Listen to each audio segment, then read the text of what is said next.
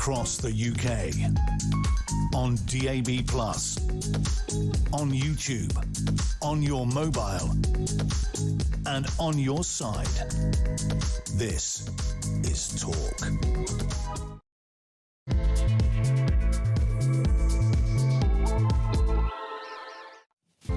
And the air somehow has chilled here in the studio. Thank you to Julia, lively one. Thank you to her. Back tomorrow at 10 right here at the home of common sense. Welcome. Andy Burnham has set out a sweeping 10-year economic plan and announced a number 10 North in Manchester as he prepares to enter Downing Street, promising to rewire Britain and deliver growth in every postcode through radical devolution of power. Would you give Andy Burnham 10 years? Simple question. Lines are open.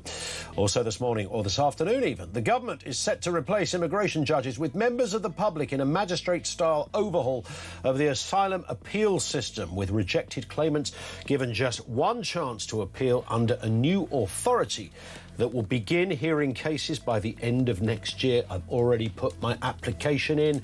Can't wait for the gig. And as Mr Burnham prepares to move into number 10, Keir Starmer, preparing to moving out, is reportedly eyeing up a role as NATO General Secretary, with a position currently held by Mark Rutte, set to become vacant in 2028. Sir Keir in charge of global defences. What about that? Everything you need to know, all the breaking news right here on Talk. 0344 499 1000. 1:05. Welcome to the home of common sense. And, well, today is all about this man.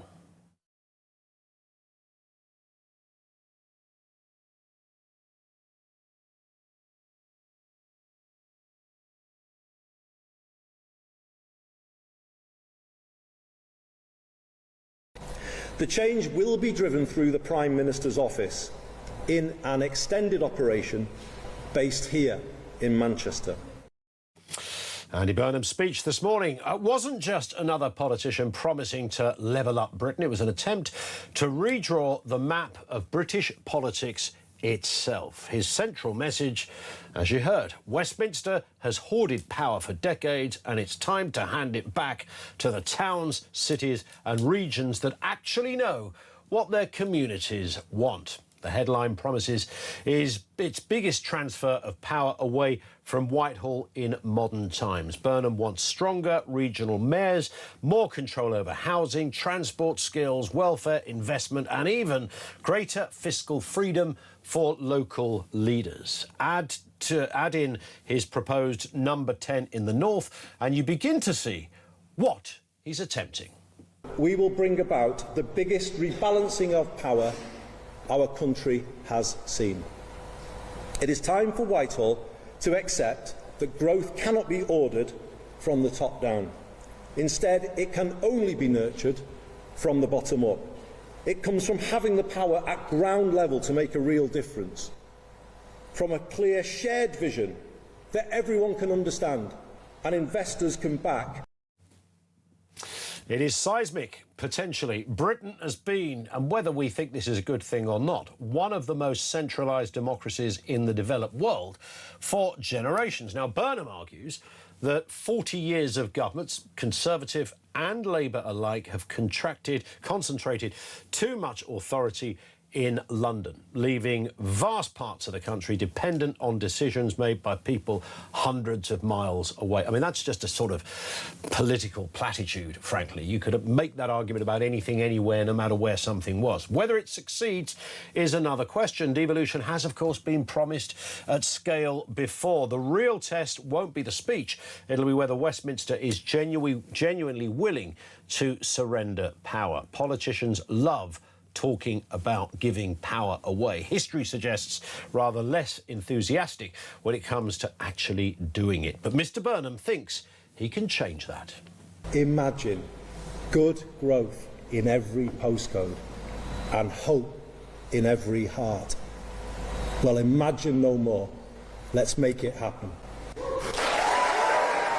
This is making me rather emotional. That's Andy Burnham. Reckons he can do it, he can make it happen. Devolve. By the way, if you're in an area, I know down in London they've got a mayor, Khan. Of course, Mr Burnham was Mayor of Greater Manchester. whether you want to look at Middlesbrough, Bristol, Birmingham, all sorts of places go for the mayor thing. Does it make any tangible difference to your life? I mean, yes, you can. It's usually about transport, isn't it? And I don't know if you need a mayor and a whole other administration to do that. It seems to me that the arguments about devolving power are sort of largely, not to underplay the idea of local areas making their own decisions. I mean, to an extent, they already do in seismic areas. County councils are vast. Local councils can be vast too. So we've already got a form of that. Does it make any difference if you just transfer it to another place? Would the same arguments not simply unfold? Let's get a word on this and the other big stories of the day. Linda Jubilee is with us, the journalist. Good afternoon to you, Linda.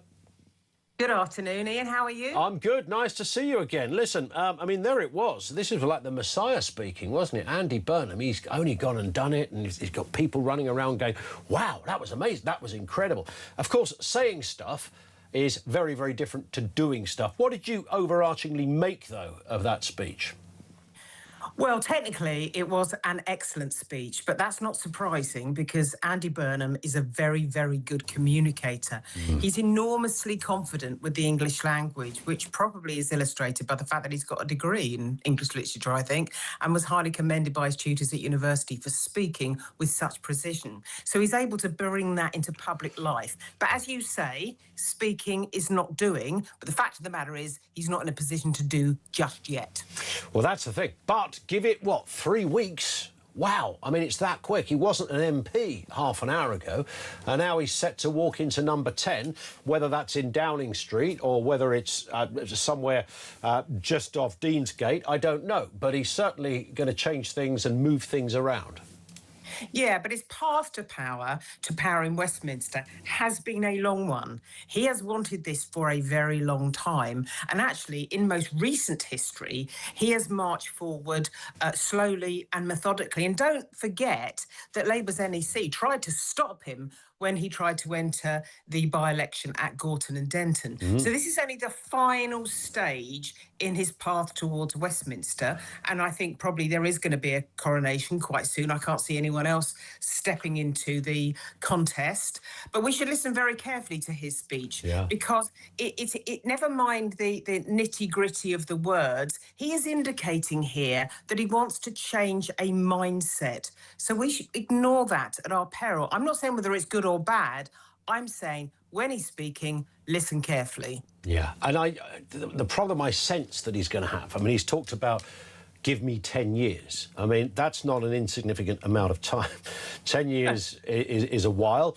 And of course, I think even different from just 5 years ago, people want results quite quickly in this sense, Linda. They don't, the idea that you hang around, if you don't sniff and tangibly feel positive change that isn't necessarily specifically party political, just a sense that your country is growing, it's on the up, there's something, there's at least a veneer of excitement around. Do you remember when Blair came in 1997? Even if you didn't vote for Blair, there was, we had Blur and Oasis knocking around in the charts, life seemed pretty good, and Tony and Cherie marched up Downing Street. Everything felt like there was a complete shift, a new beginning. If you don't sense that, and we live in very cynical times, then he's not going to be given 10 years, is he? No, well, we don't just live in cynical times, we live in different times. Yeah. So we have to be prepared to accept that. Change will take a long time. I mean, he's a bit over-optimistic to say 10 years, because who's to say that the Labour Party can get a second term? Well, true. I mean, they need to get through this one with people behind them. And the problem is for the Labour Party is, yes, sure, the last election came up and people wanted change. So they voted for the Labour Party. That's how Labour ended up with a wide but shallow majority. It was a landslide, but it was fragile, as we've seen, as MPs went back to Parliament after that general election. So we have to pay very close attention to what is going on here in society. And sometimes I think maybe we are all a little bit unrealistic. And we should accept that the problems are now so profound in this country that it will take a while to get through them. We need to actually accept that change is hard and it may take some time. That's for any political party. Indeed. He comes, of course, with, you know, perhaps an injection of excitement into parts of the Labour Party. But, of course, there's also, equally, in addition to, you know, when somebody new comes in, it's a moment, even if they're not your cup of tea. But, of course, the expectations are now huge, and the need to deliver is incredibly urgent. He's got to address that. Can he topple the commanding lead that Reform have had in the polls for around about the last year or so, consistently? He's got to be able to beat that. Well, it has to be said that Reform is losing that lead.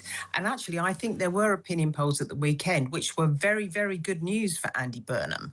Now, where Nigel Farage has a battle on his hands, and I think Nigel Farage is a great communicator. We all know that. He's whatever you think of him, he's a very able, excellent politician, whatever you think of him in terms of his policies. But Andy Burnham is also very, very charismatic. What's interesting about that speech, and I'm not sure about this because it's only just happened, and I couldn't see a wide shot, and that's because he didn't take questions, and there's been arguments over that.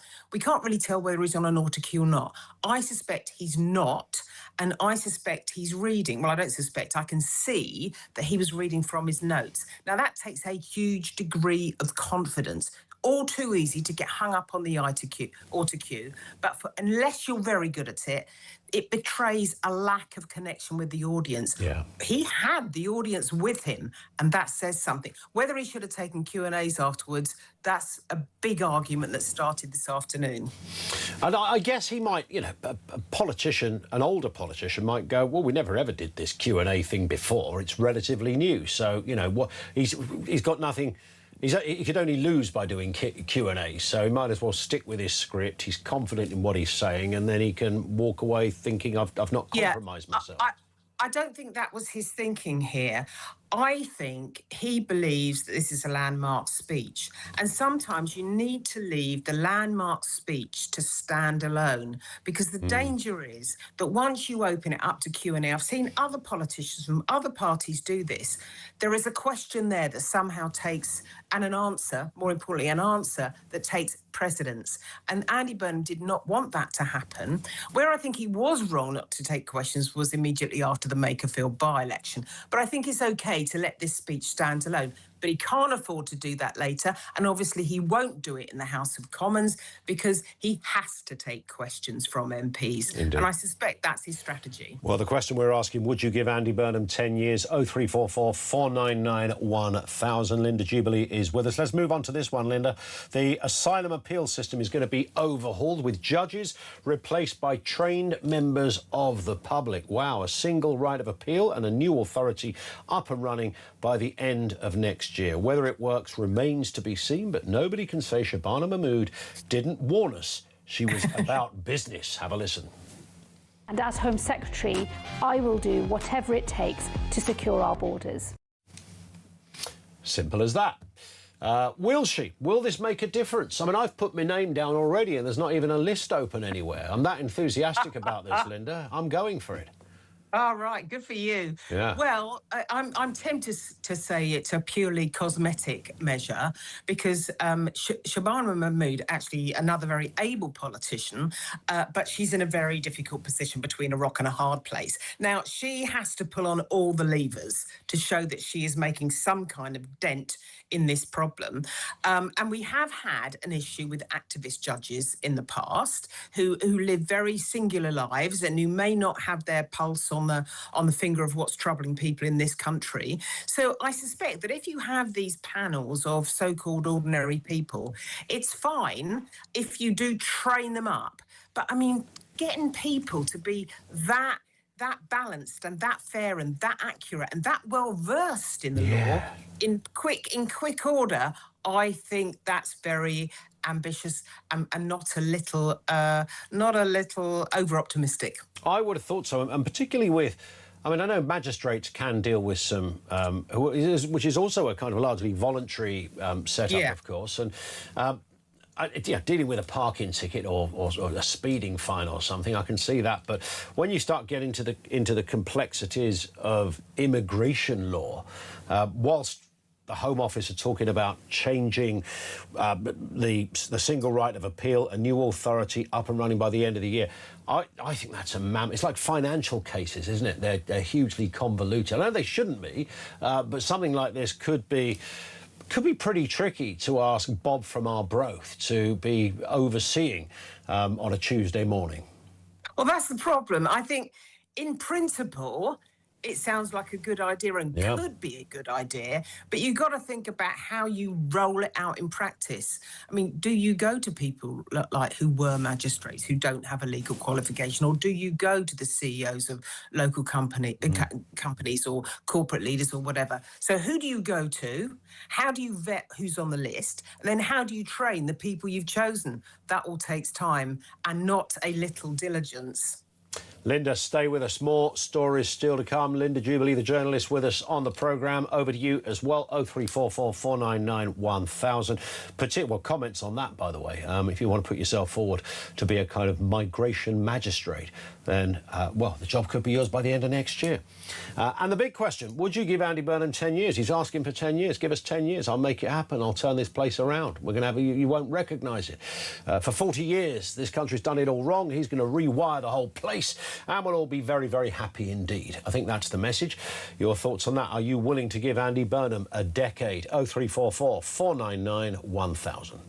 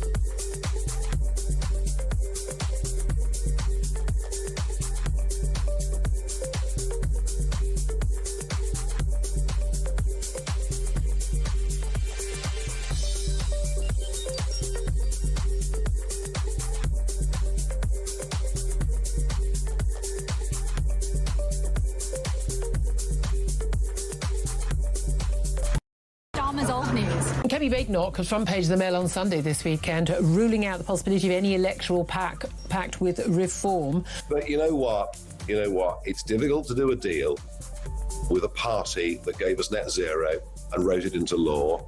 It's difficult to do a deal with a party that promised to do one thing and gave us the Boris wave. So for me, it's about trust. Very difficult to trust them.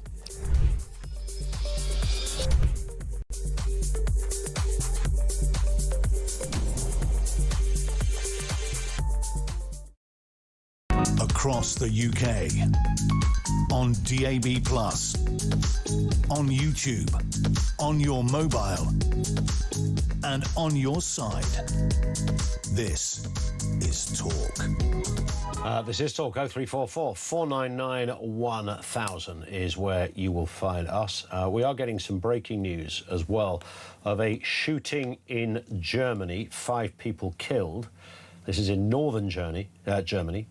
And 2 arrested, say police. That's all we have so far. 2 arrested, 5 people killed at a shooting in northern Germany. We'll bring you further details when we get it. We have Linda Jubilee with us, the journalist, looking at the big stories of the day. Here's an interesting one, Linda. Having announced his resignation as Prime Minister, Keir Starmer apparently already eyeing the next gig. Reports suggest he's interested in becoming the Secretary-General of NATO, a position that becomes vacant in 2028. And, of course, he's always been rather enthusiastic about the alliance. As you know, the UK's commitment to NATO is stronger than ever because the need for NATO is stronger than ever. Do you know, if I'd just done a couple of years as Prime Minister, all I'd want to do is lay in a hammock in Barbados for about 4 years. Yeah, but he doesn't, does he? He wants to maintain some sort of role in high office. And so I think that what you've got to remember is 2028 is some distance away. And actually, there was a famous phrase, wasn't there, about Sir Keir Starmer had to carry the Ming vase across the lobby tiled floor for a matter of months without smashing it. Well, he is going to have to lead an exemplary but also public life, saying significant things for the next 18 months. And who's to say he can do that? I do think someone with qualifications as an international lawyer may not be a bad choice. Let's not forget that actually we thought that Keir Starmer was not a leader, was not a politician, but was a good lawyer. So who's to say that this particular role won't suit him? At least he's not doing a role that doesn't suit him, which is being the Prime Minister of the UK. I would imagine Donald Trump choked on his Pepsi Max when he heard this news. What, him, the man who don't want to spend any money on defence? Head of NATO. He's got to sit there in the Oval Office, as Mark Rutte does from time to time, of course, with the American president. I mean, I must say, it is bizarre because less than 2 weeks ago, around about 2 weeks ago, Sir Keir Starmer lost both his Defence Secretary and his Armed Forces Minister on the same day. And for a while, the UK had no Defence Secretary and no Armed Forces Minister. And actually, John Healey made it perfectly clear that the amount of money, 13.5 billion, simply only a small part of which was real money, was simply not enough to keep this country safe. So it begs the question, why would anyone vote for him at NATO when our own Defence Secretary decided he couldn't keep this country safe? Well, indeed. I mean, it's a very odd part of you. He'll probably scrub that bit off the CV maybe when he goes for the interview. I don't know what the heck he's going to do. And, of course, he did say, Linda, when he left, gave that resignation speech, he wants to try and be a good husband and spend more time with his kids. Well, if you're the head of NATO, you're flying around all over the flipping place. Yeah, but I tell you what, all politicians say that. All politicians say that every single time they're in trouble and they're gradually edged out of office. And they all say that when they resign because they think it sounds good. It does sound good, but they hardly ever keep to that when they leave. They all go looking for more top jobs. They've either been fired, forced out, or caught having an affair. And they'll stand there, Little Britain style, by the family farm gate, telling the press how this terrible thing happened, but now is the time for family. And, of course, it rarely is. Here's a disturbing story. The year-long inquiry led by senior education figures concluding that top schools should be compelled to take more white working-class kids, with Education Secretary Bridget Phillipson set to say that plucking a lucky few from poverty has been used to justify writing off entire communities. It is a damning verdict on decades of failure. And someone who's long argued exactly this issue is Lord Sewell. I really want to help, and I'm doing it already, and I'm working with the teachers in those areas.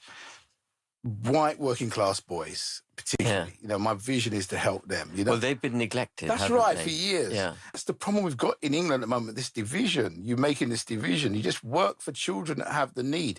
And you look at the numbers, and those children have the need. They have the need, school absenteeism, there's a family crisis for those children. Boys and girls, for example, in out of London areas, in the north, in Wales, all these other areas that they need help. So all the experience and expertise that I've garnered over the years, to be honest, for the rest of my life now, I'm going to devote to those children.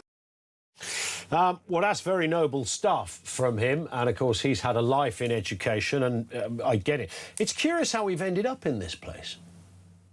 Yeah, or maybe not. Maybe it's not curious. I mean, the fact of the matter is that we did put a lot of effort into helping children from black families or minority families, or however you want to couch the term.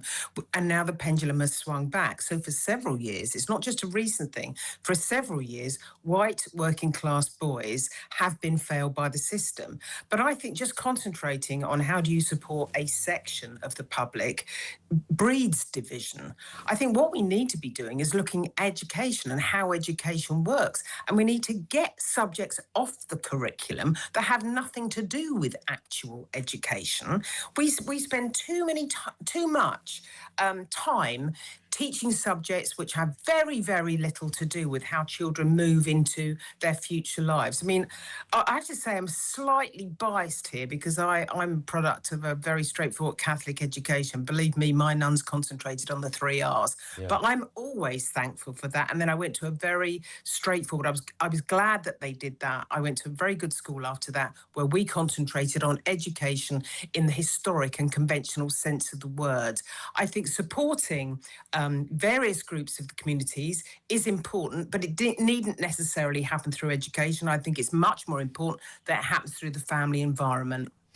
And there's another aspect as well to what we discover about education today. Around 1 in 4 kids starting reception in 2025 were not toilet trained. Oh, I know. Many arriving without having eaten breakfast or cleaned their teeth. There are some schools, some believe that schools were responsible for toilet training. Some believe schools were responsible for teeth cleaning and for breakfast as well. I mean, I don't know how you would become a parent and think that that was the... I mean, who would think that now? I mean, the numbers might be small, but it's extraordinary. Well, I don't know. And can I tell you, I think I may have said it on your air before, and this comes down to an anecdote that I was given by the headmistress of an extremely well-known private school close to where I used to live in Richmond. And she told me, this is nearly 10 years ago, that she was really fed up with dealing with children who couldn't eat properly at the table. They had never been taught to use a knife and fork, so they used their hands. I know another school teacher that said that she has had to personally toilet train children. And I think now is the time where we stop just handing our child some kind of device to keep them quiet, because it's really too much trouble to put an effort in. Raising kids is an Olympic level sport, and we need to put the effort into some of the basics that make their education a space for education and not these other things. Well, it's interesting. 11% of Brits believe schools rather than parents should be responsible for children's behaviour. I mean, 11% of parents believe this. And if you look at those figures of white kids not doing well, there is a clear correlation between the finances of the families, because you've got 48% of white working class kids reach a good level of development by the age of 5, compared with 75% of white British kids who are not on free school meals. So that's interesting. Now, because you're on free school meals doesn't mean, say, you come from a rubbish family, but if you do come from a rubbish family, it's likely you don't have the income that's going to support paying for school dinners, etc. So there's something in that as well. There's also a cultural thing as well. I mean, if you look at... There are some figures that put young black working class kids also in a bad place as well. If you look at kids who come from South Asian heritage, they are miles ahead, and I would put that down to a whole different ethos within the family. And certainly people I know from those backgrounds, the family ethos is very different, and there is a focus on education, and that's very much a central part of it. That, I don't know, white indigenous folk lost that thing. It never used to be like that. I don't know, but what I do know anecdotally about South Asian families is that they place very heavy emphasis on the professions, and they like it when their children achieve enough to go into the professions. That's be a doctor, be a lawyer, be an accountant. Now, maybe that's a little bit too narrow. In fact, I'm pretty sure it is at the moment. But the actual mindset of those parents is, we want our children to succeed. And that is a good thing. I mean, in fact, what's interesting about Andy Burnham is he comes from a Catholic family. He is a Catholic, actually. He'll be our first Catholic Prime Minister, which itself raises a couple of constitutional quandaries there. But Catholic schools are fairly strict. Catholic families are fairly strict. And they concentrate on the basics. And I think there are two things here. You need to concentrate on the basics. And you raised a very important point, Ian, about poverty perhaps being the real issue here. It's about those children who come from families that can do okay when it comes to family, you know, just buying a basket of shopping, and those who cannot. Indeed. On that point, Linda, we hit the clock. Great to see you again. Thank you for coming on with us. Linda Jubilee, she is a journalist with the big stories of the day. Over to you. Anything you've just heard there? Fascinating one on education there at the end. And the big question, would you give Andy Burnham... He's asking for 10 years. He says, give me 10 years. I'll turn this flipping oil tanker around. Are you willing to pass a decade over to Andy Burnham to prove his point? 0344 499 1000.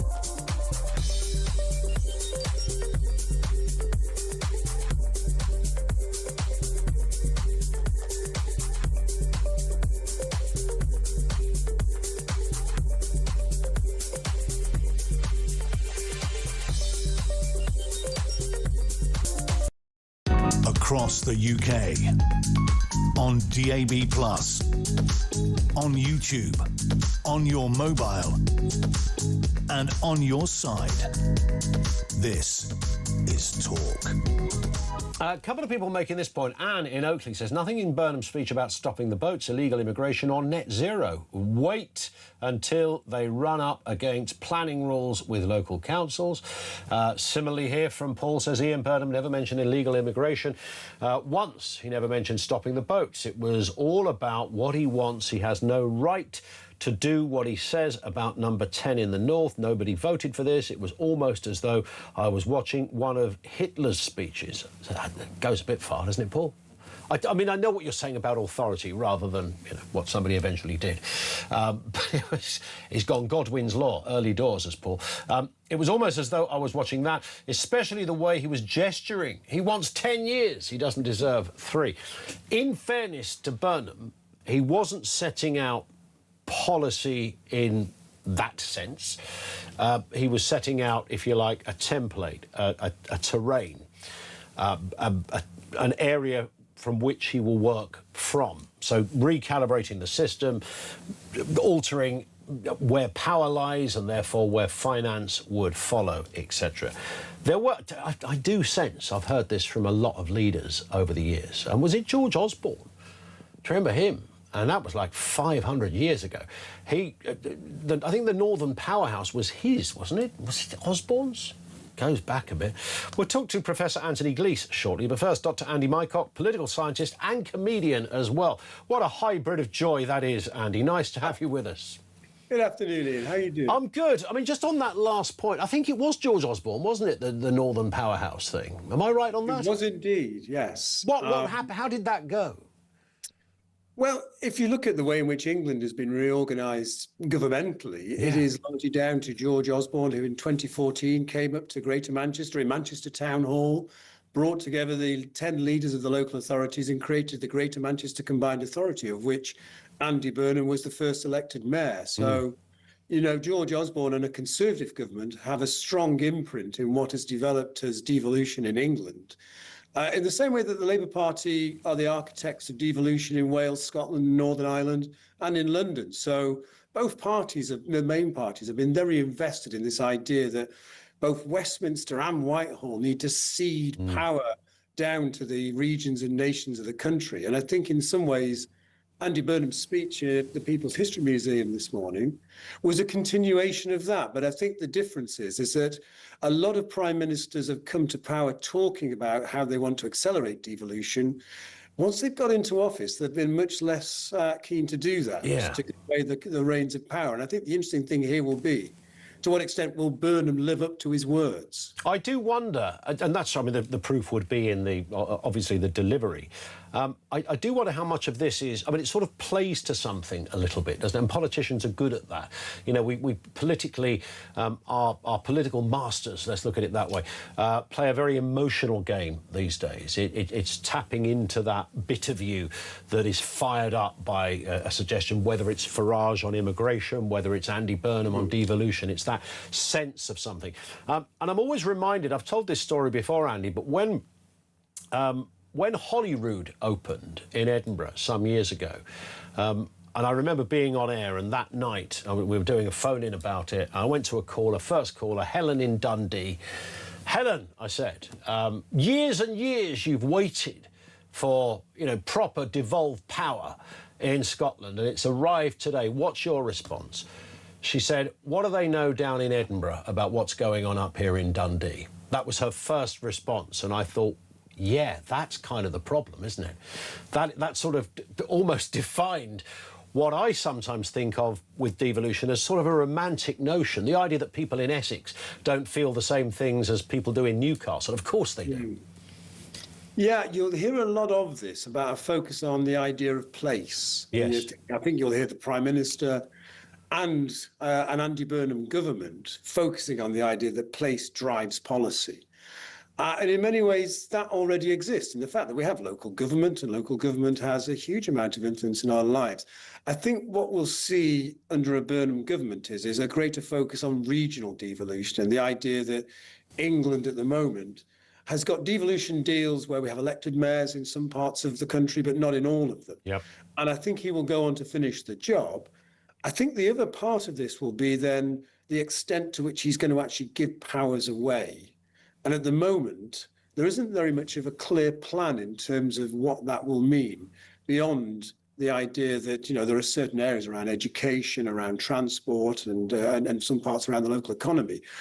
A much broader range of powers have been devolved to Scotland and Wales. And the idea that that type of devolution will be extended to England, well, that seems to be what Andy Burnham's signalling, but whether he does that is going to be the key question. Indeed, and I remember one board day many years ago trying to work out how many political representatives we had in this country. From parish, I went right down to parish councils. I was wasting no time on this.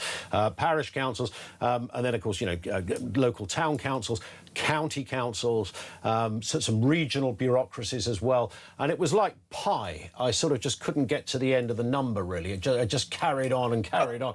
And there I was thinking, when it comes to devolved mayors, yes, it's great, here's our regional representation.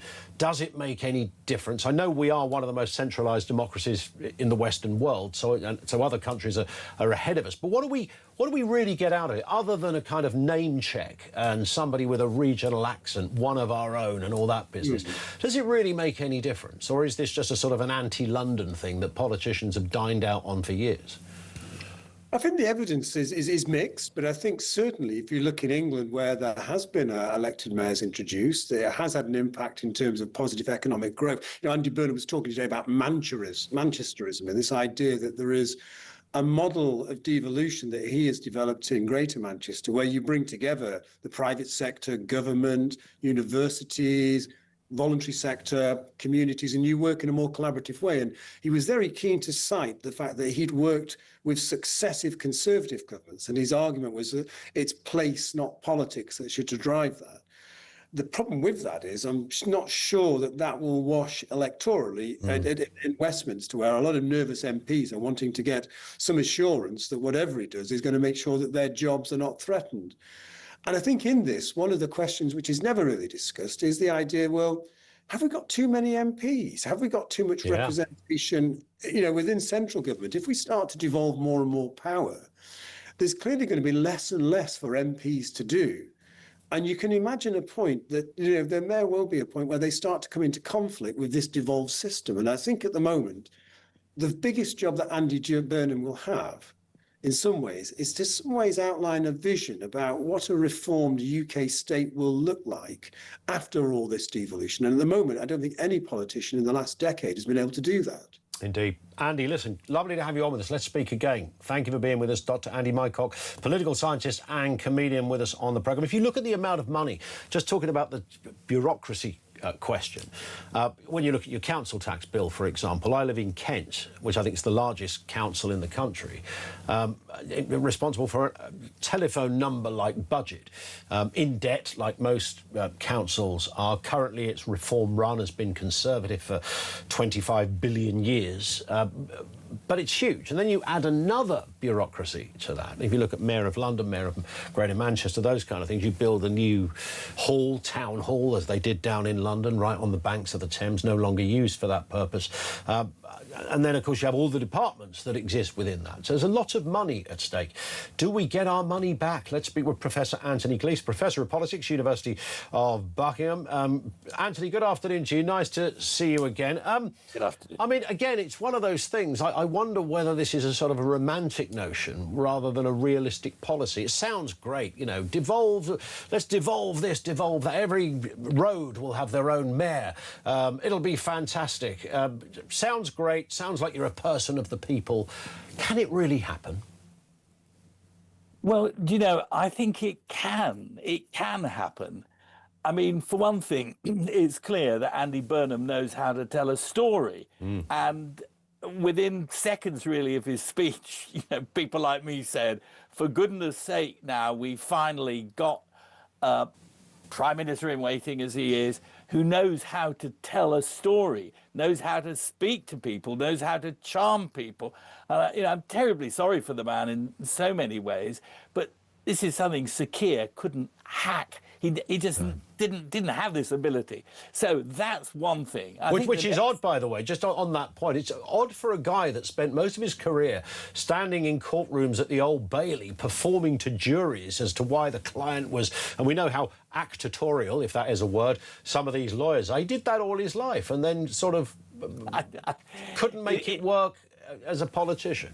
It is a mystery, but of course it is true that Sir Keir went into the kind of administrative aspect of the law, becoming Director of Public Prosecution, where I suspect he spent a lot of time talking to people who were exactly like himself. And he tried hard. Sir Keir tried hard, with his father being a toolmaker and all of that. But it wasn't authentic. He didn't have that charisma. Well, Andy does. However, not only are there lots of things that Andy Burnham did not say that are going to be critically important. On defence, for example, perhaps the most important single thing that we need to get cracking on straight away are relations with the European Union, although I thought that was interesting because the whole of what Andy Burnham was saying was built on a Brexited Britain. So he's taking for granted that we have Brexited, 10 years on, that's where we are, and we've got to get on with what we're doing. The only other thing in that regard that struck me as being particularly interesting, if you're an egghead like I am, and that is where he said no part of Britain, no part of England should be seen as different from any other part of England. There's got to be equivalence throughout England. And then he said, as set down in the German Basic Law. And I think his vision, essentially, of an England of city-states, because that's what he's talking about, with great powers, is a kind of federated England within a federal United Kingdom, where localities have much more power. Now, that, I think, can definitely work. Whether it will produce economic growth, I don't know. But I think it will lead to a sense of identity in England. You know, the Scots have got it in Scotland, and they're not getting rid of it anytime soon. The Welsh have it in Wales. The Northern Irish have it in Northern Ireland. We don't have it in England, and that's, you know, all the St. George's flags business showed. There is an appetite for it here in England. So I do welcome that. I do think it's a good idea. However, you know, the small print, he says we are going to re-industrialise England, re-industrialise Britain. How are you going to do that if your market is as small? You know, Trump can do it. Trump is doing it in America, but with a market of 340 million. Through Brexit, we said no to the European market of 500 million. can we do it by ourselves in 10 years? There, for me, I'm afraid, are big question marks. Yeah, I tend to agree with that. And I also think this sort of... we shouldn't apologise that we have a capital city, should we? I mean, you know, a capital city does have a function. If it was anywhere but London, it would be the same arguments, whether it was in Manchester or Newcastle, whatever the case. And, you know, naturally, you're going to gravitate a certain disproportionality of commerce and head offices and banks. And, you know, it's where the head of state lives. It's where the Prime Minister lives. I mean, that's just the way it is, isn't it? You know, people in France, I'm sure if you're in the south of France, you probably have the same view of people up there in Paris. But, you know, a capital city is a capital city. It's meant to have a function. Well, it is, and it's been a capital city, in a way, for more than 2,000 years.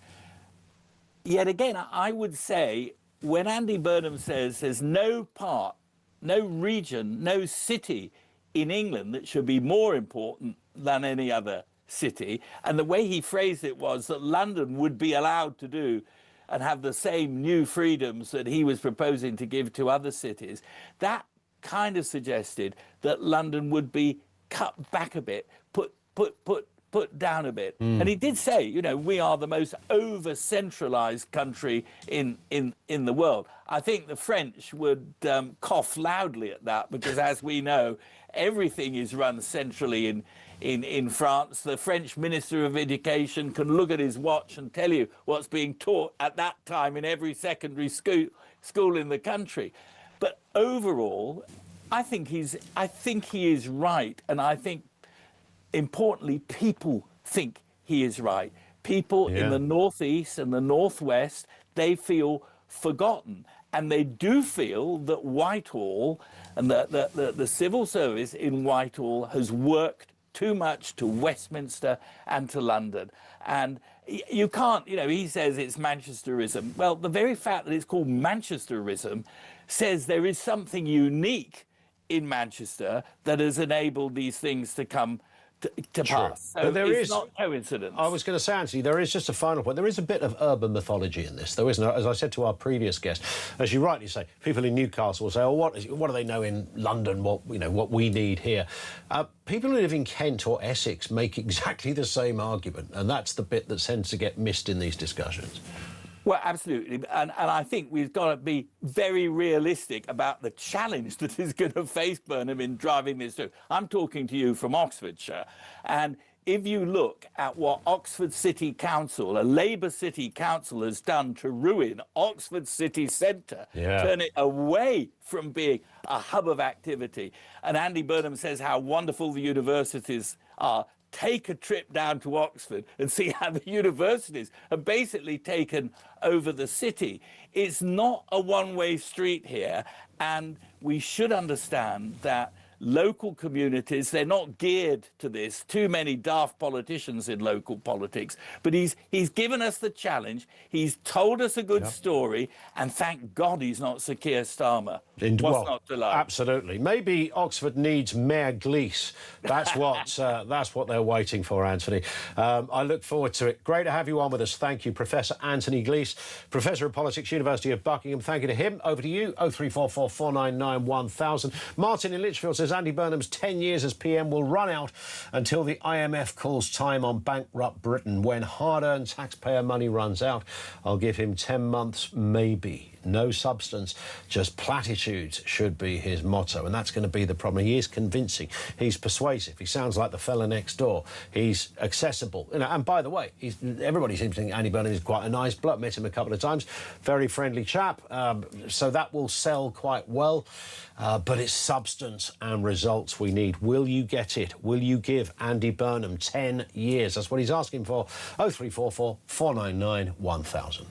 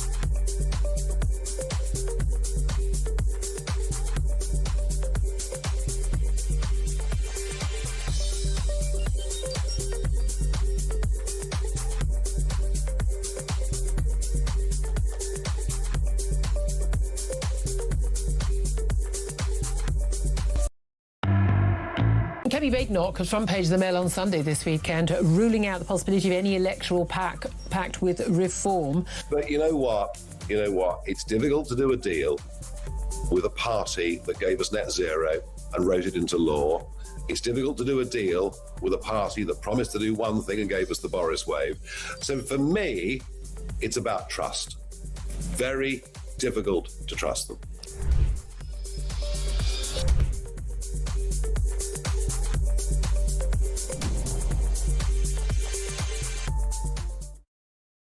Across the UK, on DAB+, on YouTube, on your mobile, and on your side.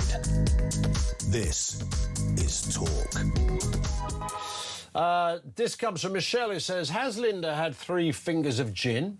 A good speaker, charismatic. I can't believe people are falling for the Andy Burnham shtick. He may be a more convincing liar than Starmer, but no, the guy creeps me out just as much.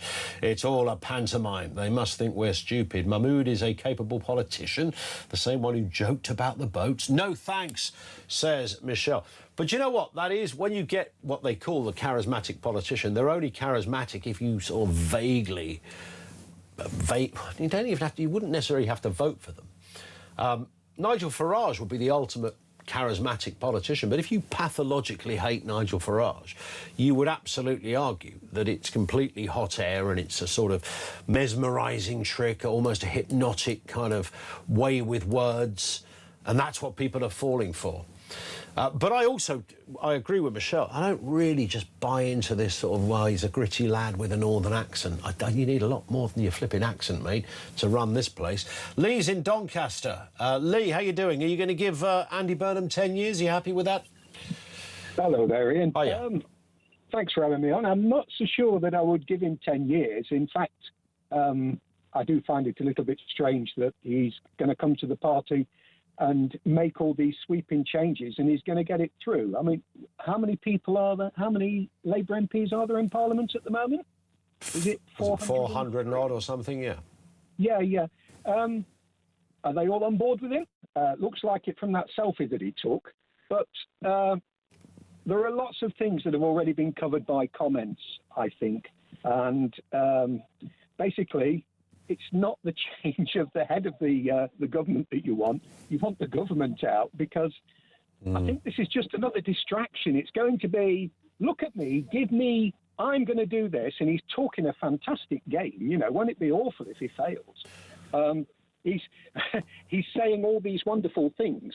And whilst he's saying all these wonderful things, he's not actually doing anything. It's just a big distraction. Well, that's the problem, isn't it? I mean, he's talking about, if you took him at his word, I mean, he's not just talking about,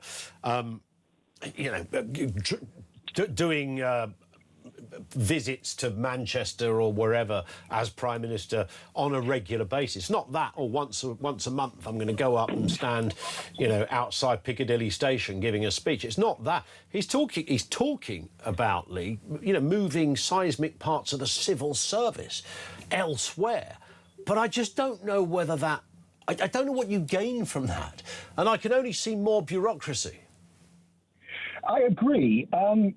What worries me is, as Rachel Reeves has managed to prove her incompetence, are we simply getting a doubling down of this by... It's the old story that Margaret Thatcher summed up so much with a wonderful quip, and Friedrich Hayek has summed up in the past. The trouble with socialism is eventually you run out of other people's money. Yep. And socialists don't understand economics, because if they did understand economics, then they wouldn't be socialists. I believe that short term, people are going to say, oh, yeah, this is all fantastic. Look at what he's doing. And look at the accolades that Blair got. But then 13 years later, when Labour were out of power, look at what was left behind. A note saying, I'm sorry, there is no money. Well, that's what they always do. And I think this is just another way for them to be in power and to continue their, I don't know if reckless is an adequate word for it, spending spree.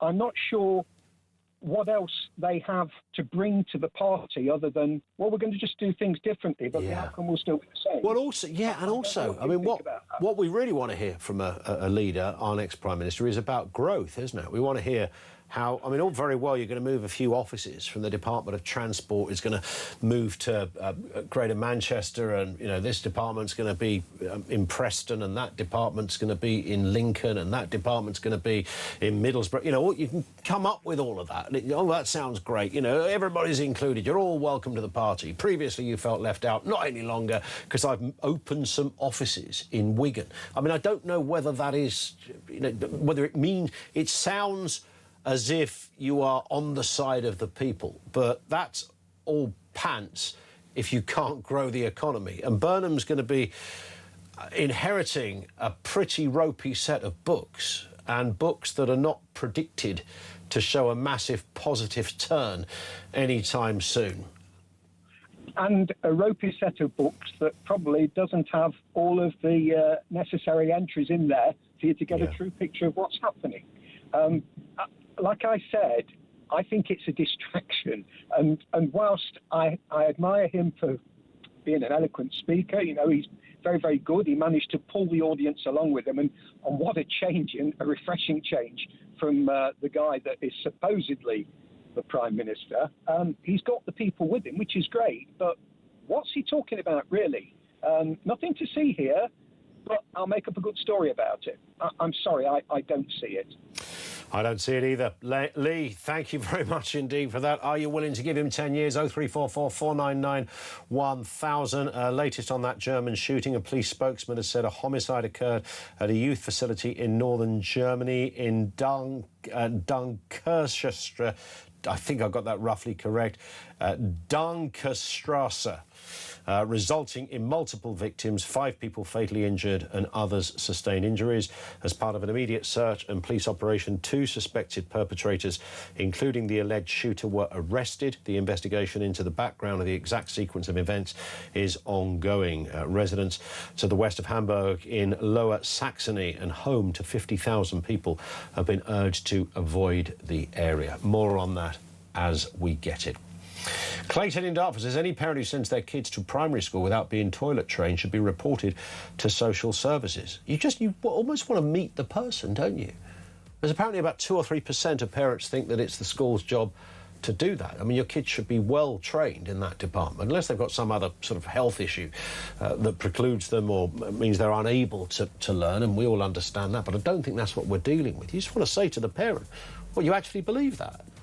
You think it's Mrs. Smith's job in 3B to do that? Seriously? That's the way it is. 0344 499 1000. More from you on the way. That's the number to get in touch. You can message 87222. Right now the time is 2 o'clock. Let's get the latest news headlines.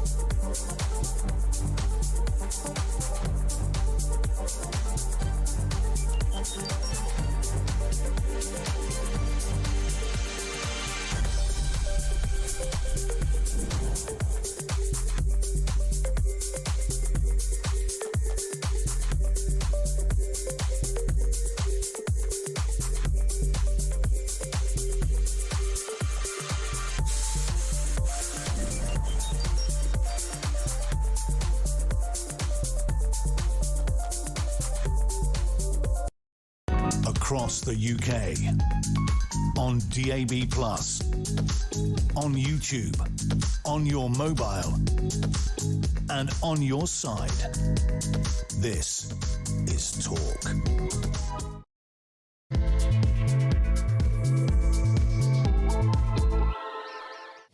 Afternoon, welcome back to the home of Common Sense. So what do we got? Andy Burnham setting out his sweeping 10-year economic plan and announced a new number 10 North in Manchester as he prepares to enter Downing Street, promising to rewire Britain and deliver growth in every postcode through radical devolution of power. Would you give Andy Burnham 10 years? That's what he's asking for. Is that a reasonable request? Are you willing to take a punt? Lines are open. More of your calls on the way. Also this afternoon, the government set to replace immigration judges with members of the public in a magistrate-style overhaul of asylum appeals, with rejected claimants given just one chance to appeal under a new authority that will begin hearing cases by the end of next year. Have you put your application in already? Details coming next. And as Andy Burnham prepares to move into number 10, Keir Starmer prepares to move out and is eyeing up the role of NATO General Secretary. That position, currently held by Mark Rutte, is set to become vacant by 2028, should Keir Starmer be in charge of global Western defence. It's a bit of a joke when you consider he's just lost a defence secretary for not putting enough money in the pot. Details to come. Everything you need to know, all the breaking news right here on Talk. 0344 499 1000. This from Tracy in Wakefield, who says, Ian, I think Andy Burnham talks a good game, but really it's all word salad. He didn't offer any solutions except push the problem to local areas. How is that going to solve the issues we have with defence, net zero, illegal immigration? The man is all talk, no trousers. I wouldn't give him 10 minutes, let alone 10 years. Again, it sounds great, doesn't it? We're giving power back to the people. We're going to regionalise that. Every regionalised additional bit of power is another tier of bureaucracy, of course. So you could look at just the economics of it. If you want to set up a city hall in your neck of the woods. So that takes a building. You've got to run the building, staff the building. It's not just the cost of a mayor. And there'll be hundreds of people, possibly in big towns or cities, thousands of people working for that administration. So you've got another so they've really got to deliver. So setting that up isn't straightforward. Sounds good on paper. Power back to the people, back to the postcodes. Amazing stuff. Andy, you're brilliant.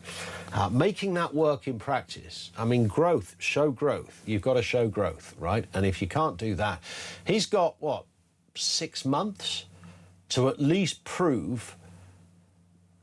I mean, bearing in mind, it's not a start of a complete new government. It's the start of a new leader of an existing government halfway through. So he's got to prove really quickly that things are changing. That is not the work of a moment. Now, let's go back to this story. 2:05, by the way. The asylum appeal system is going to be overhauled, so we're looking at a system where judges would be replaced by trained members of the public, a single right of appeal and a new authority up and running by the end of next year. Whether it works remains to be seen, but nobody can say the Home Secretary, Shabana Mahmood, did not warn us that she was all about serious business. And as Home Secretary, I will do whatever it takes to secure our borders. I mean, it's a great line, isn't it? I'll do whatever it takes to secure our borders. I mean, it's a bit like Andy Burnham saying, I'm going to make sure we get growth. Everybody would want all of those things to be true. Saying them and achieving them are two different things. Let's speak with Lucy Morton, Professional Officer for the Immigration Services Union, the ISU. Lucy, good to have you with us. Again, power to the people. I don't know whether Shabana Mahmood and Andy Burnham were in the same meeting or something, saying we're going to make this the era of people doing stuff. Is this on the face of it? I mean, I can see how this would be very seductive to some people. Let the average man or woman decide on whether those people get to live in my postcode. You can see how that would play out. I'm not sure in reality it would be like that. What is your overarching view on this announcement? The general principle of using a non-legally qualified individual, which is what they mean. They don't mean 12 people pulled off the street at random. True. It's someone who's gone through a recruitment process, has a level of training, has a legal officer with them, but nonetheless is not legally qualified, so they're not a judge. Well, that's just a magistrate. That's exactly the same system as we have there. So in theory, that's absolutely fine, but it's not just magistrates that you need. It's not just people to make the judgments. You need the court buildings, you need the space, you need the listings officers, you need the administration. It's arguably a start. Certainly it's cheaper. It's way cheaper, even though they're going to pay these people, even though they don't pay magistrates. They're not going to pay them anything like as much as they pay a judge. So it's going to be cheaper. But the infrastructure still isn't there, so it won't necessarily get more appeals through any faster. And I can't see that there could not be a means of challenging a finding that was inaccurate in law. There is in every court. It's embedded into our judicial system. If a court makes a decision that is wrong in law, the subject of that must be able to appeal it. So for all it says, one-shot appeal, actually there must be, maybe very heavily gate-kept, but there must be a way to challenge that decision. So it's not a silver bullet, but it's maybe a silver-looking outside casing. And I think you're absolutely right on that point of you only get one appeal. That sounds like something that would be swifter, but of course one appeal could be years. I mean, it could be, depending on the complexity of your case. And of course, you know, whatever people think about immigration, we also pride our system of law. I know it's not always perfect. I know every now and again in all sorts of areas of life we see some iffy decisions. Why did somebody get that sentence in that area and that sentence in another? Why did that person get deported? That person didn't. Except all of these things, and they will go on forever regardless of what system we have. But you're right. I mean, it's going to be cheaper. One would have to assume, but this is not a. It's not. You know, magistrates spend a lot of time. They do deal with serious cases. They also deal with parking tickets and speeding fines and stuff like that. So there's that. So this is a very complex area of law, right? It is, and it's also quite divisive. So when you recruit a magistrate, on the whole, it is. Yeah, if you're going to pick sides, whose side are you going to be on? Are you going to be on the side of the criminal? Or are you going to be on the side of everybody else not a criminal? When you're dealing with migration, it's very, very different. There are so many subtexts and different approaches, different ethics around it. I have no idea how she proposes to manage the recruitment into this so as to keep those that are recruited in something like a middle ground, that you don't have individuals with a particular bias toward one side of this very divisive argument or another. And I do wonder with this that, you know, I mean, maybe she's working on the basis, Lucy, that she ain't going to be around anyway to see this through. So it's politicians like making big announcements and then a new person comes in on the job and goes, no, we're going to scrap that and do something different. Well, I believe it has already been suggested that perhaps if the leadership goes the way that's expected, she won't continue. So who knows? Yes, indeed. And, I mean, from your perspective, I mean, all sorts of stories come across the table when it comes to immigration. I was looking at, and again, it's never been a hotter potato than it is at the moment. And I know some people will use immigration with sort of nefarious intent and, you know, that's not big and clever. Other people will have genuine concerns. You know, there's nothing wrong. We shouldn't be apologising for wanting to protect our borders. You know, one of the first rules of government, people that shouldn't be in the country should be removed from the country. I think we all notionally agree with that. I was reading one story. There was an investigation in The Sun that's revealed 4,300 migrants have previously been deported. Were back in the UK between 2021 and 2025. Now, how do you think that happens when somebody actually is deported, that they find their way back in, unless they do so on a boat? To be very blunt about it, is that they just come back. Until earlier this year, we had no pre-screening. So if you wanted to come back, say you are an Algerian, that is the nationality that most frequently returns, your document, your identity, you don't need a passport, buy an airplane ticket, get on an airplane, arrive in Heathrow or Gatwick or other airports are available. There you are, you're back, perfectly legally. Take a bus through France, get on the train from Paris. All of that perfectly possible. That is narrowed now with the need for an ETA, so you have to obtain advance permission to travel before you leave. So now you would have to try and come back with another document in another identity or irregularly. Small boat, back of a lorry, pleasure yacht, that sort of thing. One would assume that your passport would... I mean, if you use the same passport, you'd be flagged, right? You'd be flagged at the airport. You would, but the airport where you arrive... Until January this year, the airport where you arrive.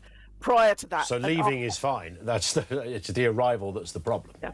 And, of course, you do also have just go to Dublin and walk, because there's no border control. Well, indeed. South and North Ireland. Yeah. I mean, from a union perspective, I know it's a big question, Lucy. We know this, and I've mentioned this before. Years ago, I bumped into Jack Straw when he was Home Secretary, and there was a big It was quite funny, actually. There was a big immigration story around that week. It was dominating the news, and I saw him in the House of Commons, and he just said, "Morning." I said, "Morning." I said, "How's it going?" He said, "How do you think it's going? I'm the Home Secretary." And he sort of had that kind of look of, you know, my inbox is just all over the show when it comes to this. It's such a big subject. It's almost never ending. It's always chasing its tail. Is there a kind of union vibe or sense or feel about this whole area where it could be simplified or accelerated or something that you see politicians doing every day of the week and thinking, just come and talk to us because we can help you here? I think if we had a magic bullet, someone probably would have listened to us by now. But what we can do, and what the frustration for us as a trade union, our members do this day in, day out. They understand the system in a way in which SPADs, special political advisors, never can do, and the way in which senior civil servants who don't do this role really can't do. And Home Sec after Home Sec, policy after policy, I end up on things like this saying, well, it won't work, and it won't work for this reason or that reason or the other reason. Well, come and talk to us and we will tell you this. We're not keeping it a secret. We might be right, we might be wrong, but at least broaden the basis for your information before you make decisions. Yes, you've got the political advisors. Yes, you've got senior civil servants. You've got budgets and security and all sorts of things we might not know about. But actually what we do know about is how this works day to day on the ground and what the unintended consequences of what you are proposing to do are like. Yeah, I was just going to say, Lucy, I guess the problem is, like, and this would apply to all departments, is that organisations such as your own, you know the coalface of this problem, but once it gets to Westminster, they then have to put the political gloss on it to suit whatever party is in power.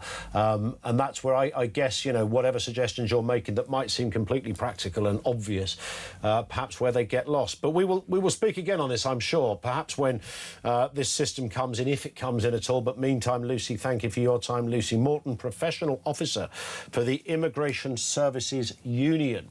Thoughts on that? I can just see whether you agree with what Lucy thinks or not. But that is one of the problems with our country, is that, and it's not just our country, you know, any Western democracy, is it's all very well somebody giving advice to a politician and going, why don't you try this or do that? Their point is then, OK, well, I've then got to sell that. I've got to sell that idea, and I'm a Conservative, or I'm a Reform member, or in this case, I'm a Labour Party. Thoughts on that? Comments coming in from you. One here from Rick. I could solve immigration asylum single-handedly. Just give me a fail stamp, lots of ink, and there we are, done. 0 asylum seekers, full stop. Maybe that's what Lucy had in mind. Joe in Fife. Keir Starmer should not be in charge of NATO. I would not let him in charge of a gravy boat. Fair point.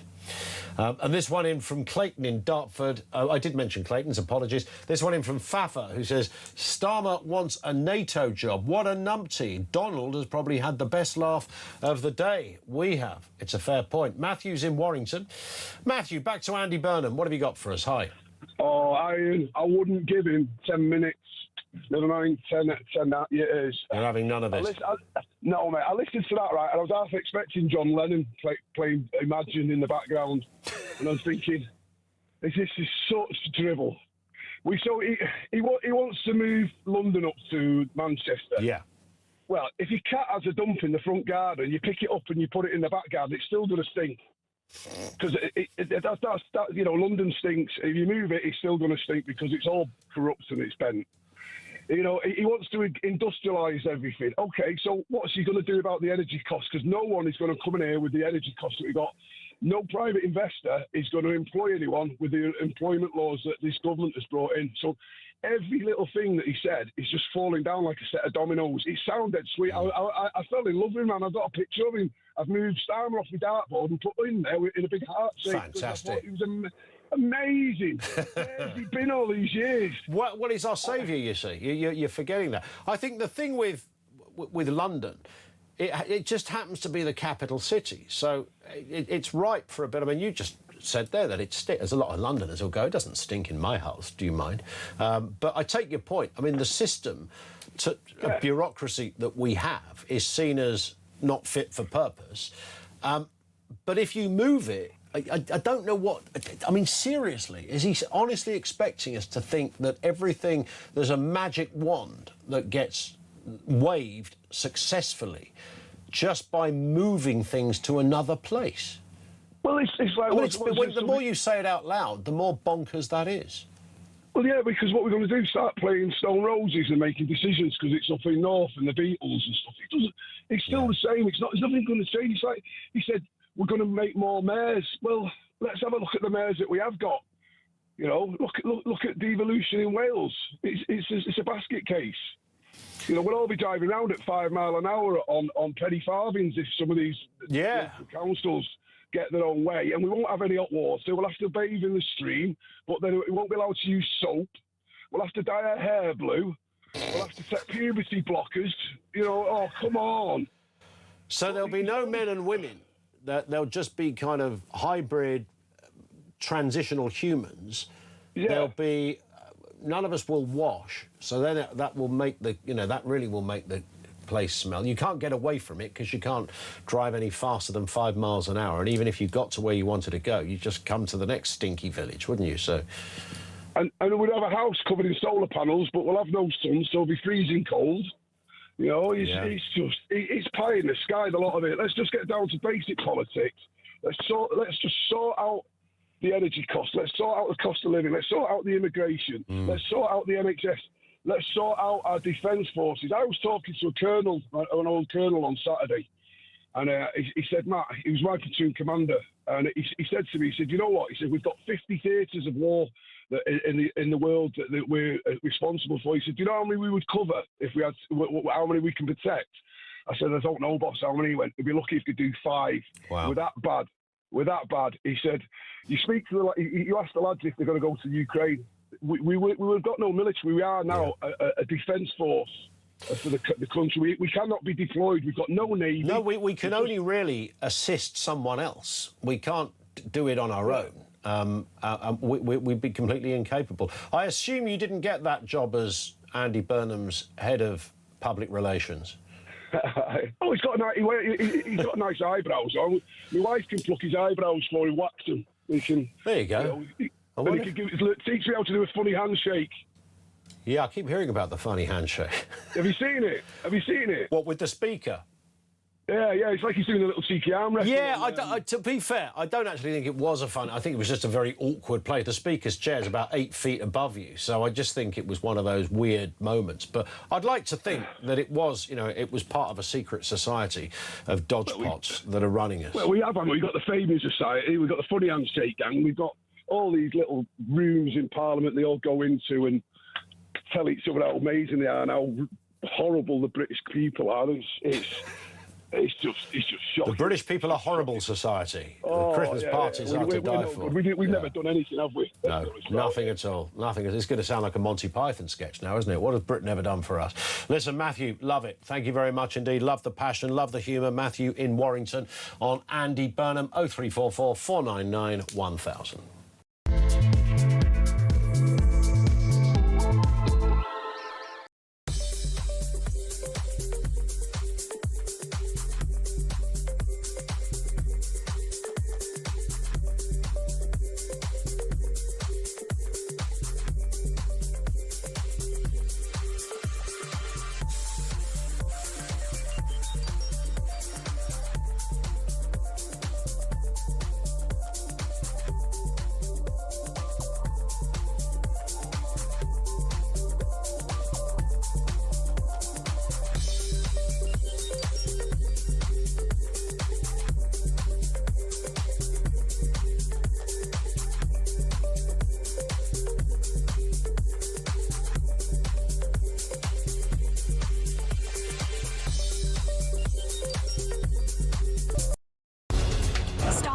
We've got some breaking news that has just come in. talkSPORT have announced a brand new partnership in a developing story. We hear they've created So Good Lager right in time for football's big summer. Just in, we're hearing that So Good Lager will be pouring pints across all O'Neill's pubs and some of the best sports pubs across the UK. With the big kickoff just around the corner, you can find out where to get your hands on a fresh pint of So Good Lager at talksport.com/lager.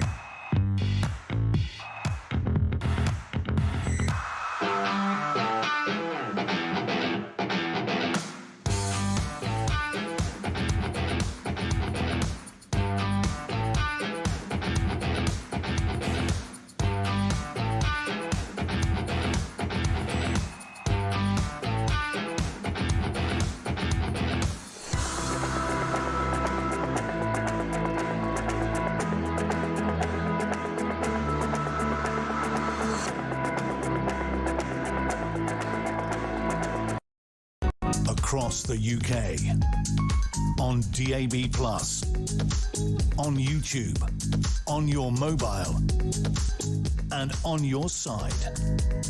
This is Talk. This one in from Matt, who says, Andy Burnham's speech reminded me of a groom's wedding speech, painting a picture where everything is going to be wonderful and we all live happily ever after. It's an appealing message, but reality is rarely that simple. Marriage takes hard work, just as politics involves difficult choices and trade-offs. Catchy slogans and optimistic promises don't by themselves solve real-world problems. And there, absolutely 100%, there is the issue. It's as straightforward as that. I'm always wary of seductive politicians who kind of, they talk a good game and they sound persuasive and they sound like it comes from the heart. And do you know what? Most of those people, I think, there's a reason that the gene pool throws up people like that. I think most of the time it probably does ultimately come from the heart. That doesn't mean you can deliver it. I mean, it's kind of that simple. Anne's in Sussex. What have you got for us, Anne? Good afternoon to you. Good afternoon. I have to confess I haven't heard all of his speech. OK, I'll send it to you on a cassette. But I was driving and it came on in the car and I heard all the clapping and I thought, what's going on? Yeah.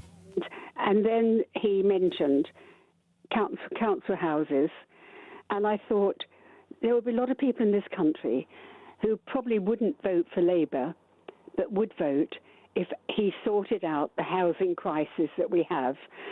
Our council houses were transferred to housing associations who then charged the same rents as the private sector and became developers.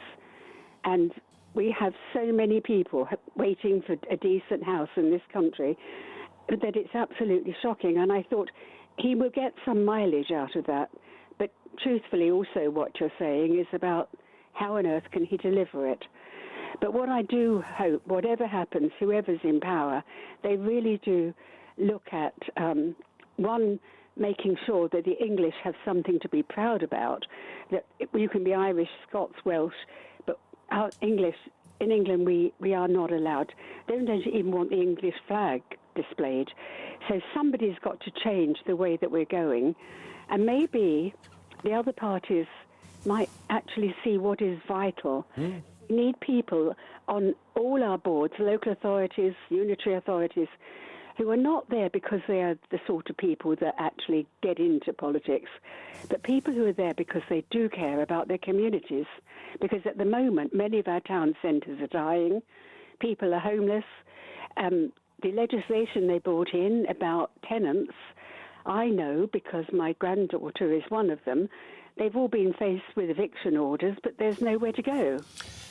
Yeah, but this is classic sort of socialism, isn't it? You know, socialism sort of, for most people, you might have a dalliance with it when you're about 18 or 20 or something, and then you kind of realise the futility of it and you leave it alone. But then you have these sort of lifelong people that the Jeremy Corbyns of this world. I don't know about Andy Burnham because he was once a Blairite, although Blair was probably socialist in his roots, even though the manifestation sometimes looked different. Well, but with the universities. Well, indeed, but with Burnham, this idea, you know, more council houses, that's a great idea.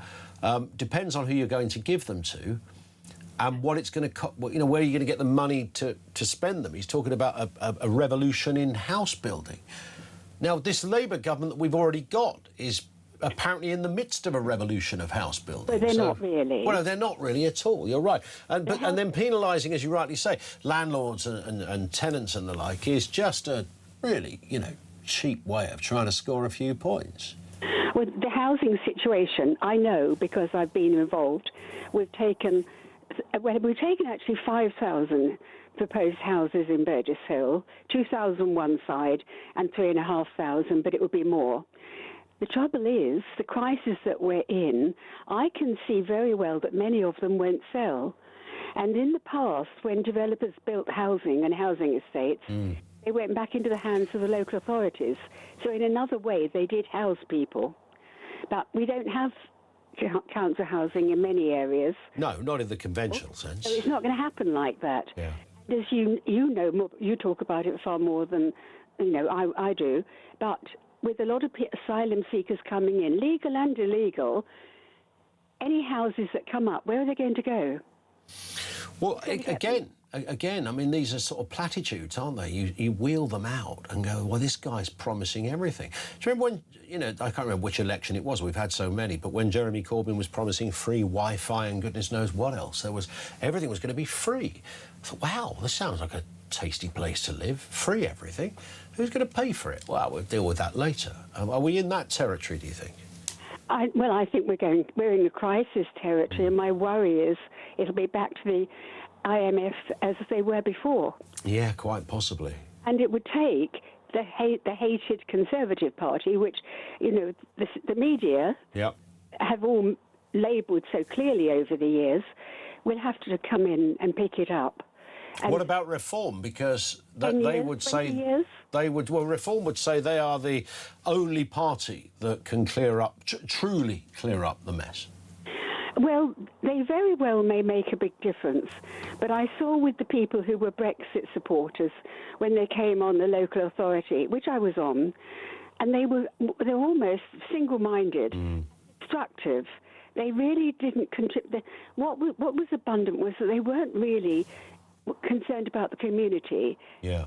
Had their own issues, and that isn't unusual actually among many. And the local authorities, as soon as they made the allowances, or I'm using the wrong words, but as the allowances increased, many people made it a full-time job. Yeah, that's true. Final point, Anne, what do you think of Keir Starmer apparently mooching around NATO looking for the big job? I mean, it's a joke, right? Isn't that what he was working for? Well, maybe he was, but I mean, the idea that a man who's failed to keep up pace with our defence budget, his defence secretary and his armed forces minister have just left it because they thought he was hopeless at defence, and now he's apparently looking for the big gig in 2028. That doesn't surprise me. The bloke's mad, isn't he? Schools have thought that NATO hasn't, maybe I'm wrong, hasn't done as good a job as it should have done. But the fact that he is there doesn't surprise me, because it always seemed, to me personally, that he wanted a future career on the world stage. Yeah. And actually, he's failed, hasn't he?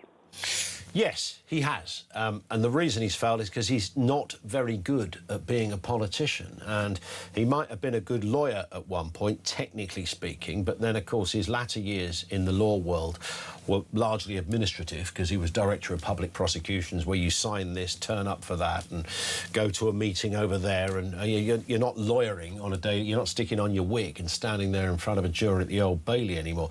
Anne, I've got to move. Thank you very much indeed for that. Great call. Ian says devolution doesn't work primarily because you get some numpties elected. The only way you can make the evolution work is to have the local group of MPs effectively form the governance committee. MPs are generally elected by a decent turnout, so we don't get skewed, stupid elections. This one from the Orbiter, who says it's unbelievable how talkTV has become more and more like LBC, especially Ian Collins' guest, who's just gone on about, in glowing terms, about how Starmer and how he'd be good at NATO. Man. Yeah, I won't read the last bit. Well, you are allowed, by the way, Orbiter, to have a different view. Our guest, by the way, who is very much, who said that in the first section, who is absolutely not of the left, I can tell you that, happened to think that Starmer wasn't a very good Prime Minister, but might be good as head of NATO. You are allowed to think that. I mean, it doesn't make you anything if you think that. I mean, there might be others that think that. So think away. I think it's a preposterous idea for what it's worth, Orbiter. So I agree with your central point. But, you know, if somebody's got a different view, I'm not going to write him off because of it. This one in from Barbara says, I thought Andy Burnham was stilted and the chips and gravy accent didn't convince me. He's ramping it up. He's a northern working-class lad on your side. That's the point he was making today. Can he deliver? He wants 10 years. Are you willing to give him 10 years? 0344 499 1000.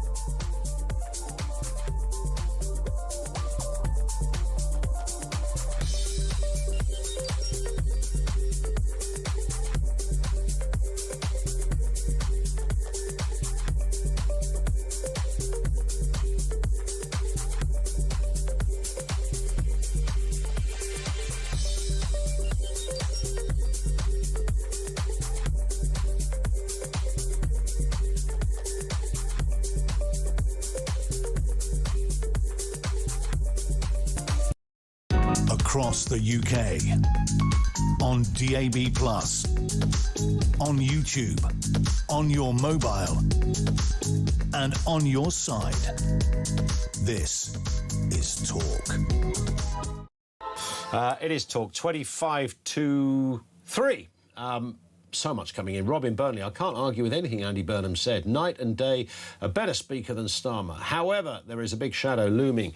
Ed Miliband, how can we upgrade the country with net zero? I can see why people would vote Labour if the general election was called tomorrow. The right need to get their act together, says Rob. Well, he's a convincing speaker. There is no doubt about that. But is he good enough? Can he deliver? What does he really stand for as well? Oh, I want to shake it up. I want to, move to the regions. And, he's obviously sat down with some advisors and gone, what is the quickest kind of narrative I can, or what's the most obvious go-to narrative I can pick that sounds like I'm a man of the people, that sounds like I'm, I mean business and I want to change things, that most people could never disagree with. And that's what he's come up with. Yeah, we're going to give people more say. Who's going to disagree with that when said like that? We want to take the power away from just these bureaucrats in Westminster and bring it to your own doorstep. Who's going to disagree with that? But does it mean anything? By the way, Ed Miliband's staff are allowed to work from home most days and only have to go into the office for 40% of the month. That's not a bad gig when you're saving the planet, is it? Amir Kotecha is CEO of the Centre for Government Reform. Amir, nice to have you with us again.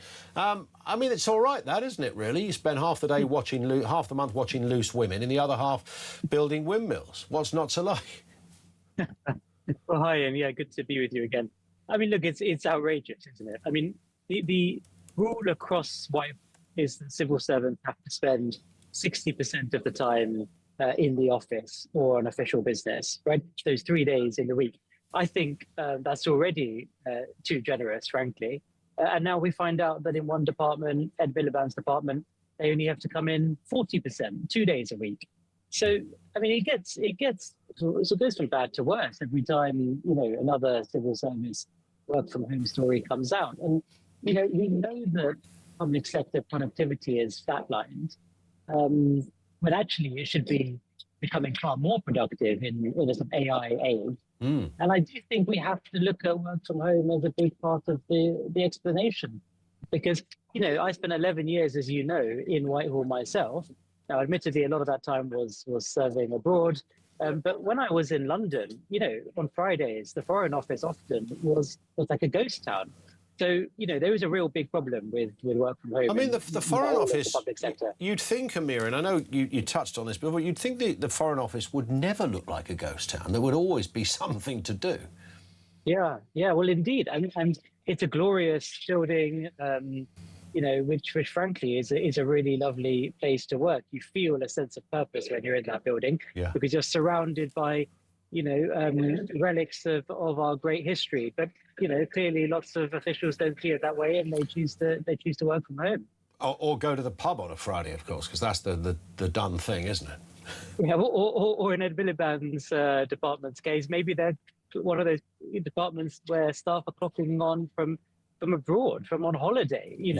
Wouldn't put it past them, despite the fact that they want us to all stop going on holiday with their drive for net zero, because there was, of course, that reporting a few weeks ago that some of the Whitehall officials working from home are actually working from abroad. They're not even in the country. So, nothing would surprise me, frankly. Well, indeed, and of course, as you know, and again, I think we touched on this before, you've almost got to commit second-degree murder to lose a job in the civil service. So even if you were caught, hanging out on the Costa del Sol, but said, don't worry, I've got my laptop with me, you're probably not going to get fired for it. In fact, it's probably encouraged under some kind of mental health initiative. I don't know. It is interesting that in Ed Miliband's own department, I didn't realise this, there's just shy of 3,000 civil servants. Now, that probably won't surprise you because you know how these huge cogwheels of government work.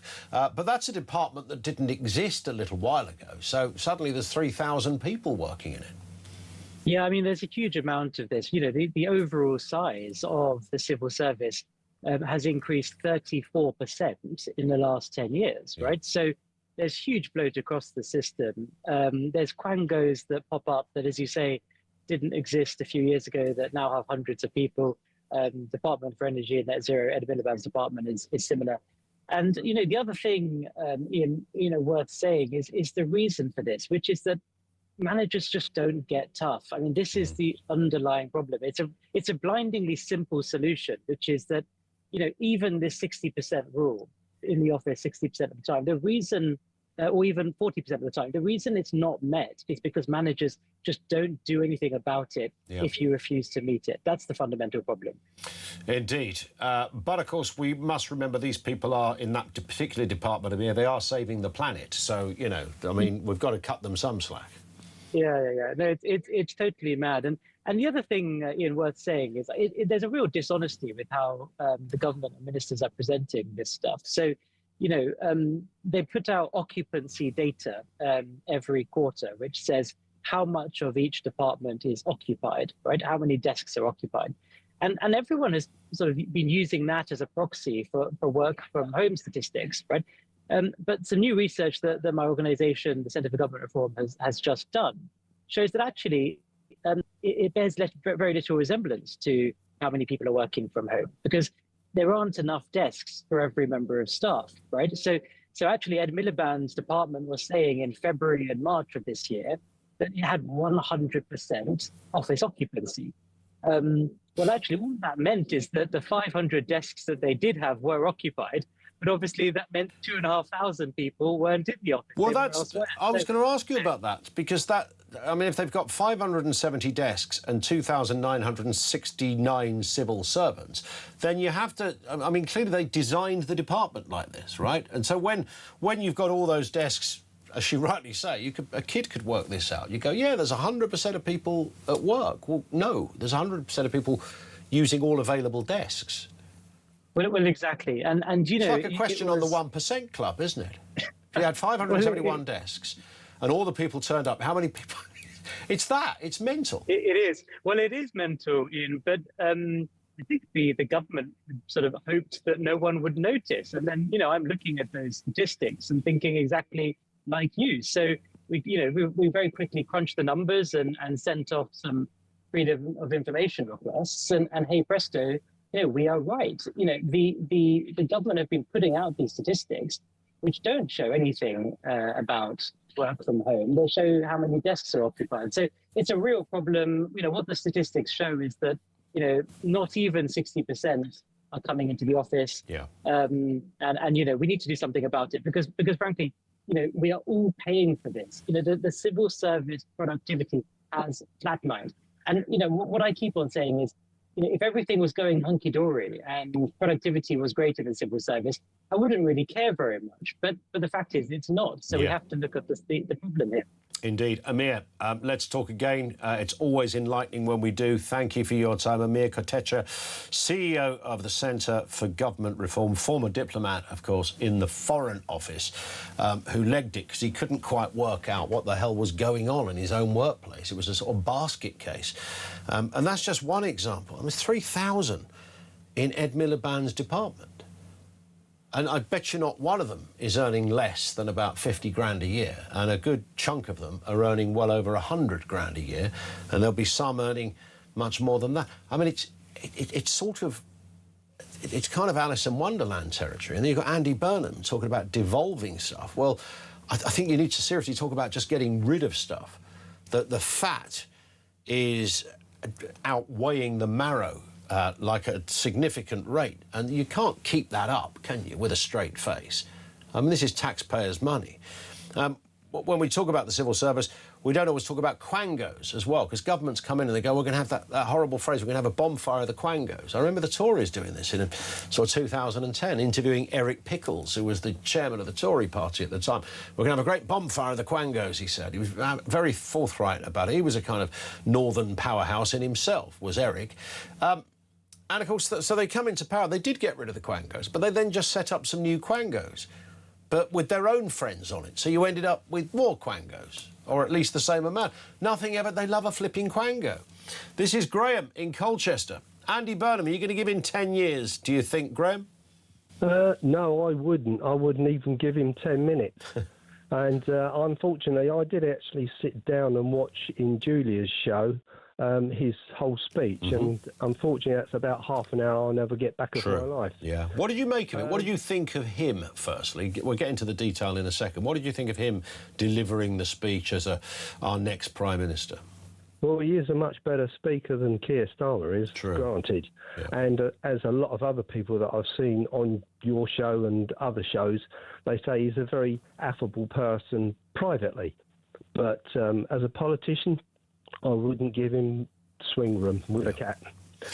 Is that because you didn't, because you disagreed with what he said, or you thought that what he said is not really achievable anyway? A lot of what he said is not achievable anyway, and he's just a wolf in sheep's clothing as far as I'm concerned.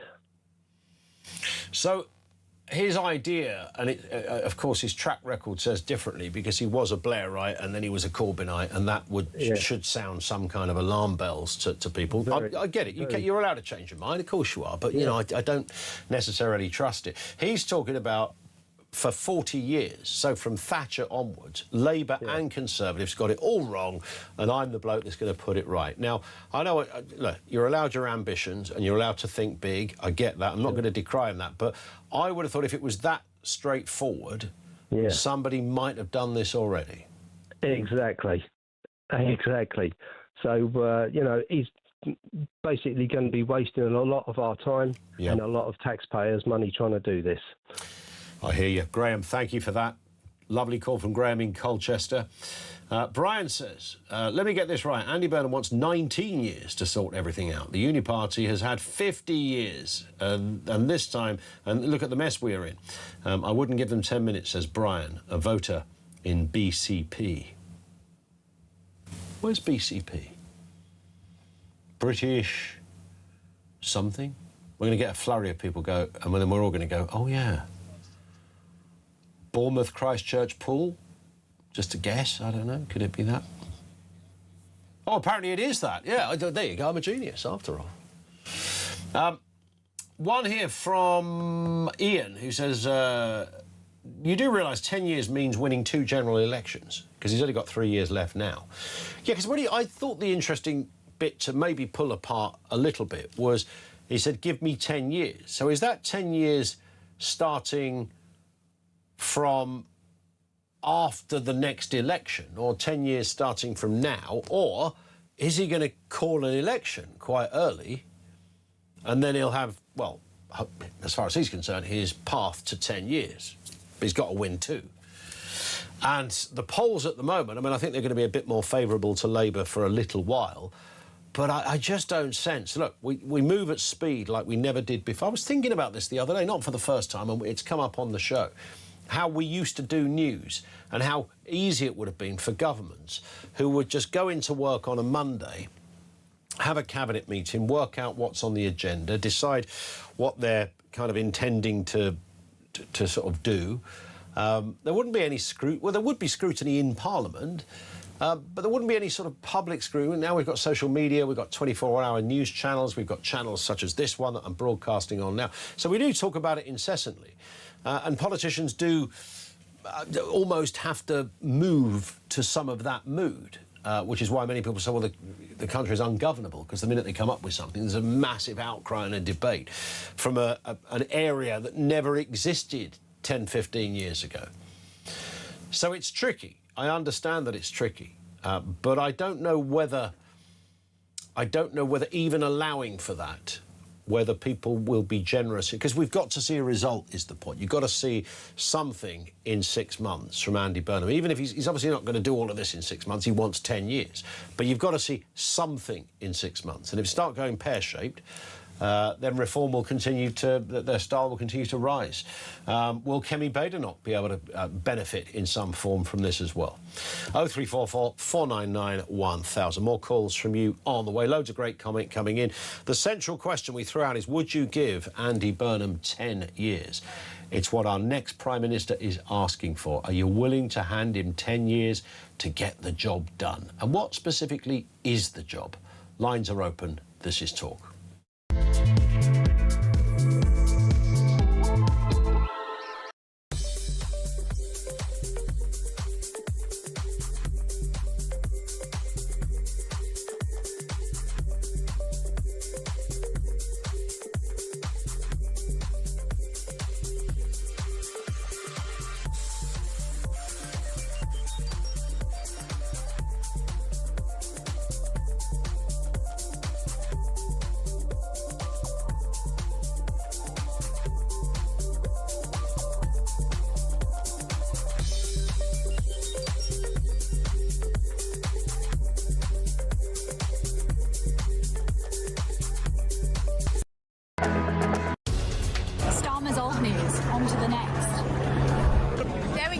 Andy Burnham just drove through there on his way to the palaces of Westminster to be sworn in as an MP and, of course, on his route to number 10. I swear by Almighty God that I will be faithful and bear true allegiance to His Majesty King Charles, his heirs and successors, according to law. So help me God. There was 2 things on that manifesto. One was a picture of Keir Starmer and the word change. Well, promise made and promise delivered in that sense. Because if he's got... Across the UK, on DAB+, on YouTube, on your mobile, and on your side. This is Talk. Just before we go back to the calls, we'll talk to Marion in Norfolk in just a second. We've got the voice of doom. This is day 9. It's the mystery voice. No one so far has cracked it. It's a tricky one. We know that much. Very simple task. Your job is to identify who this is. Any of the noble aspirations. Any ideas? Here it is again. Any of the noble aspirations. 87222. It's the only way you can take part. 87222 if you know who this is. Any of the noble aspirations. And we will give you the right answer after the news. But only if somebody guesses it correctly. If not, it rolls over to tomorrow. Here it is one more time. Any of the noble aspirations. 87222. Give it a go. Who can we not have, Finn? Who have been the regular ones that people have been guessing? We just get a lot of... We're getting a message from Finn, our producer, saying everybody keeps guessing random Americans. Think about it, he said, in a very kind of authoritative way in my ear. It's political. You're not just thinking of an American, OK? It's not like, you know, somebody from Friends or something like that. It's like a bit... It's not Jay Leno. You've got to think political. And it's not a female British politician either, because we always get somebody who says Emily Thornberry. Even though... Have a listen. Any of the noble aspirations... That's definitely not Emily Thornberry. OK. Not the last time I looked, that's not Emily Thornberry, but we do live in changing times. Marion is in Norfolk. Marion, how are you doing? I'm very well, thank you. How are you? Good. Yeah, very well, thank you. What are your thoughts? Oh, gosh. Devolution. Yes. I think my neighbours and friends are sick to death of me bringing this up. You've got to look at the domino effect of whatever you do. It's going to cost money to do what he says he wants to do. But the point is, it's just like everyone else. It's all talk. There's no mention of how he's going to bring it about. And that means that local taxes will go through the roof. Council tax will go through the roof. I think government is too big anyway. That's why it doesn't function well. I'm convinced that our government officers and our central parliaments are just too big. Nobody's in agreement. They're throwing mud at each other every day. My learned colleague this, blah, blah, blah. It's a fiasco. It is too big. You're absolutely spot on. It is too big. When you've got something that big, they're never going to come to an agreement. That's why. Be at odds. Yeah, in a very different world, but not entirely unconnected. The reason the BBC is a basket case is because it's too big as well. So you get anything that's that big also has to be that bureaucratic. It also means that you haven't got one kind of... You've never got one thing or one point of contact. You've got thousands of different managers and senior managers, and they've got senior managers. Yeah, if you create a huge beast, which is, for argument's sake, our government, that keeps on growing, it gets too big and powerful. You can't kill it. All you can do is feed it to appease it. And that's exactly what's going on. Is it repairable? Because, you know, Andy Burnham is talking about splitting it all up and, you know, have a bit more in Manchester, a smidgen over there in Preston and something, you know, over in Sheffield. You know, that's his kind of thinking. I think we have neglected the north very, very badly. He didn't mention the southwest, though, did he? Because, I mean, if you're in Cornwall, you're further away from London than Manchester is. That didn't really get a look in the speech. They've killed our industry, they've killed our public services, the NHS. All of this has gone down the toilet because of mismanagement. If you've got 10 people and you need 20, hiring another manager or a supervisor isn't going to sort it out. No, but they think it will. When they've got other people's money to spend, you think all sorts. No, you can't put a new roof on a house whose walls are falling down. You can't do that. True. You know, and then sometimes that house needs to be demolished. So I'm sorry about the analogy bits, but this is how I feel. And our number one priority, to me, you can throw a question at me if you like, I'm ready for it, is budget. We've got to get to grips with spending needless money on things that are never going to work. It's like bad housekeeping. And the trouble is, but I think that comes, a lot of that, Marianne, comes from the fact that people in the civil service, it's not that they don't necessarily privately care or have an opinion, but they don't want to rock the boat. Keeping the system as it is far easier and more straightforward than changing it. And, you know, we saw this with Brexit. The civil service, it's not that the civil service was just crammed full of Remainers. It might have been disproportionately. I've got no evidence either way. But it was the idea that you would have to suddenly change stuff that was a massive shock to people. They might actually have to do some work to represent the will of the people. And that's where there's been a big divorce. Marion, I move on for time, but great call. I love the house analogy, by the way. Peter's in Liverpool on Burnham. What do you think, Peter? Hi.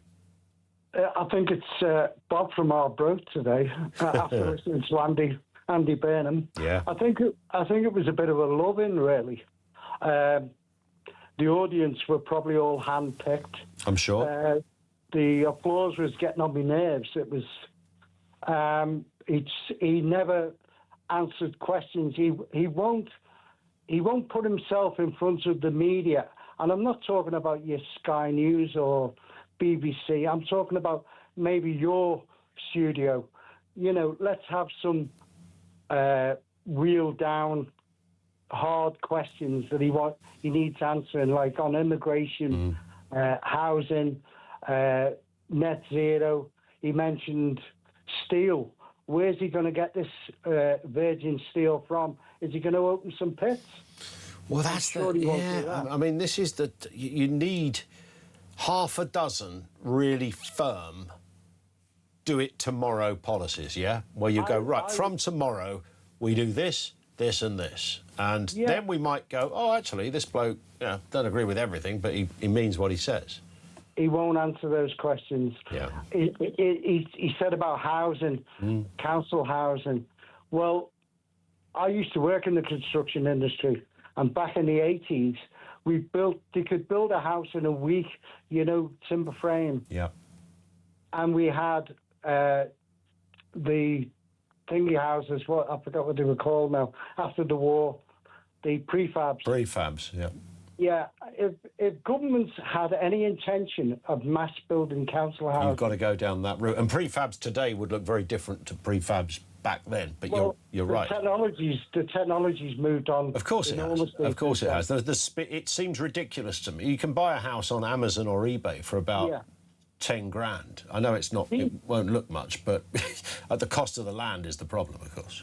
Yeah, I want to scrutinise Burnham. I want to know the answers to all these questions. And the biggest one is council houses. Who are they going to be built for? Well, I raised that exact point at the top. And, Peter, it's a great point to finish on. Thank you, mate, for that. Really good call from Peter in Liverpool. And Michael says, if Burnham is making government local, does that mean we no longer have to pay for their housing in London? So that would be another good example. You put all the different areas of wastes of money, because they always go, well, it's not a lot of money, is it, when you're in the grander scope? But if you add it all together, whether it's immigration, net zero, second homes for MPs, you get a sizable chunk of cash. That will register big. 0344 499 1000. Would you give Andy Burnham 10 years, plus the other bits and pieces up and running? We've also got, of course, the mystery voice, the voice of doom. Who is this? Any of the noble aspirations. If you think you know, 87222 is the number. Right now it's 3 o'clock. Let's get the latest news.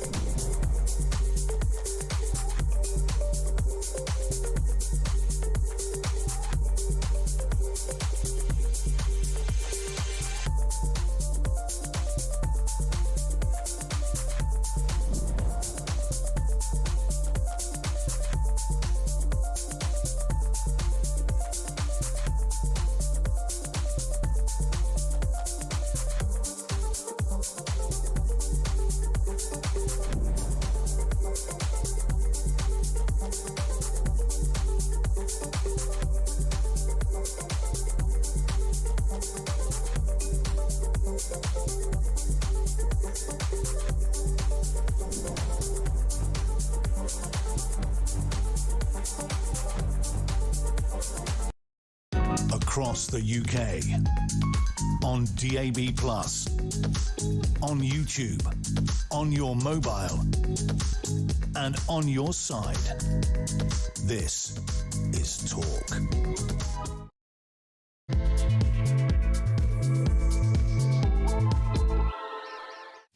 Well, there is one main story in town, of course, and that's Andy Burnham setting out his 10-year economic plan. He's announced a new number 10 North, which kind of sounds like a nightclub in Deansgate, doesn't it? This is how he prepares to enter Downing Street, promising to rewire Britain, deliver growth in every postcode through radical devolution of power. We've kind of heard quite a lot of that before. Are you willing to give Andy Burnham 10 years? That's what he's asking for.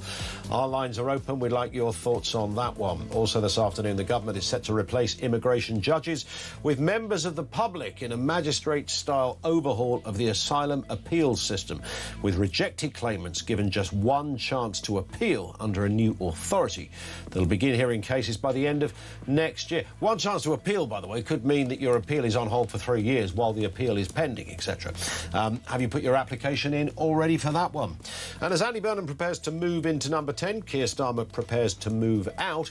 Apparently, the current PM is eyeing up a role of NATO General Secretary, with that position currently held by Mark Rutte, set to become vacant in 2028. We'll have more on that in just a couple of moments. Lots to get through at this end. 0344 499 1000. And Mark in Stratford this afternoon, Ian, the whole Andy Burnham thing stinks, and we're just meant to go along with this? We should really have a general election, or at least Burnham should face a leadership challenge. All those Labour MPs are spineless, says Mark. There's some rumblings that there could be a challenge. You only not want one backbencher to throw in a challenge. I mean, they've got to get their sort of 80 MP support on it. And you might have a situation on the... I think there are, understandably... Although we've been here before, where you kind of almost inherit the position, you're coronated.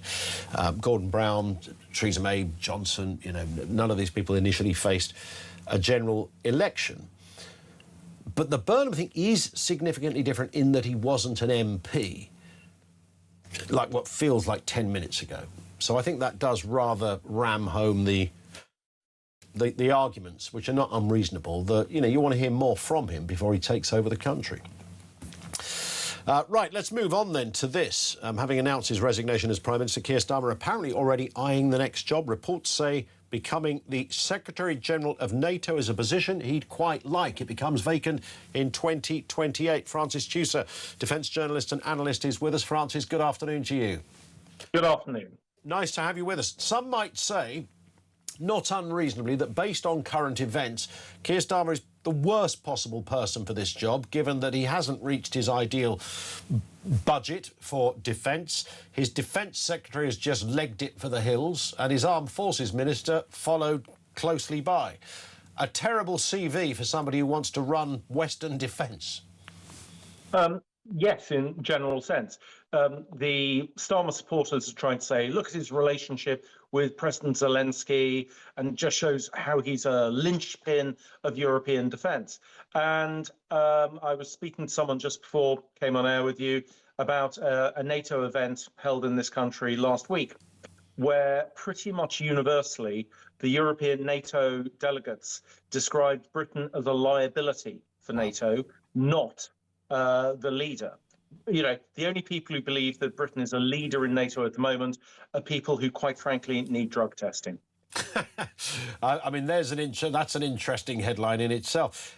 In terms of this story, I mean, I suppose we have to sort of be a bit cautious with. So you know what stories are like. You know, somebody has a couple of pints too many with a journalist at a bar and drops a little hint, and that's why you and I are standing here talking about it. But it's interesting. But is there more to, as far as you know, Francis, is there any real authenticity in Keir Starmer's desire to hold a position such as this? I can well understand that he, maybe his inner circle, believe that, as they would regard him, a statesman, having left as Prime Minister, what could a statesman like him look to do? And so they look around and go, OK, 2028, Mark Rutte leaves. That looks like a good job.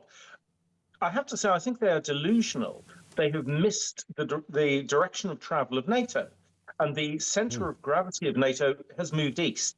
And so this idea that Britain, which used to anchor NATO and the European Union in Brussels and so forth, that no longer exists.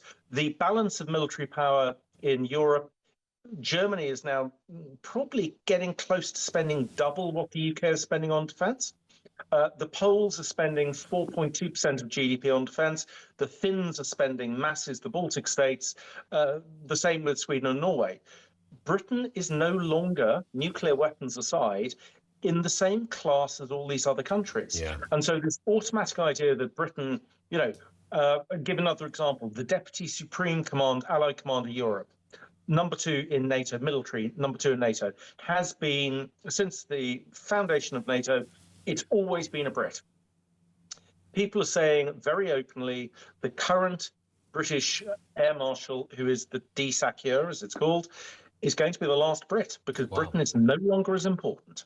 And so on that basis, all of this talk here, I don't see anything that the Prime Minister has done which makes him the standout person to become the next Secretary General of NATO. It's kind of interesting, isn't it, when you think of things like just in terms of specifically our military, Francis, you think of the Falklands and those scenes of the boats going off and the planes and all that happened, etc.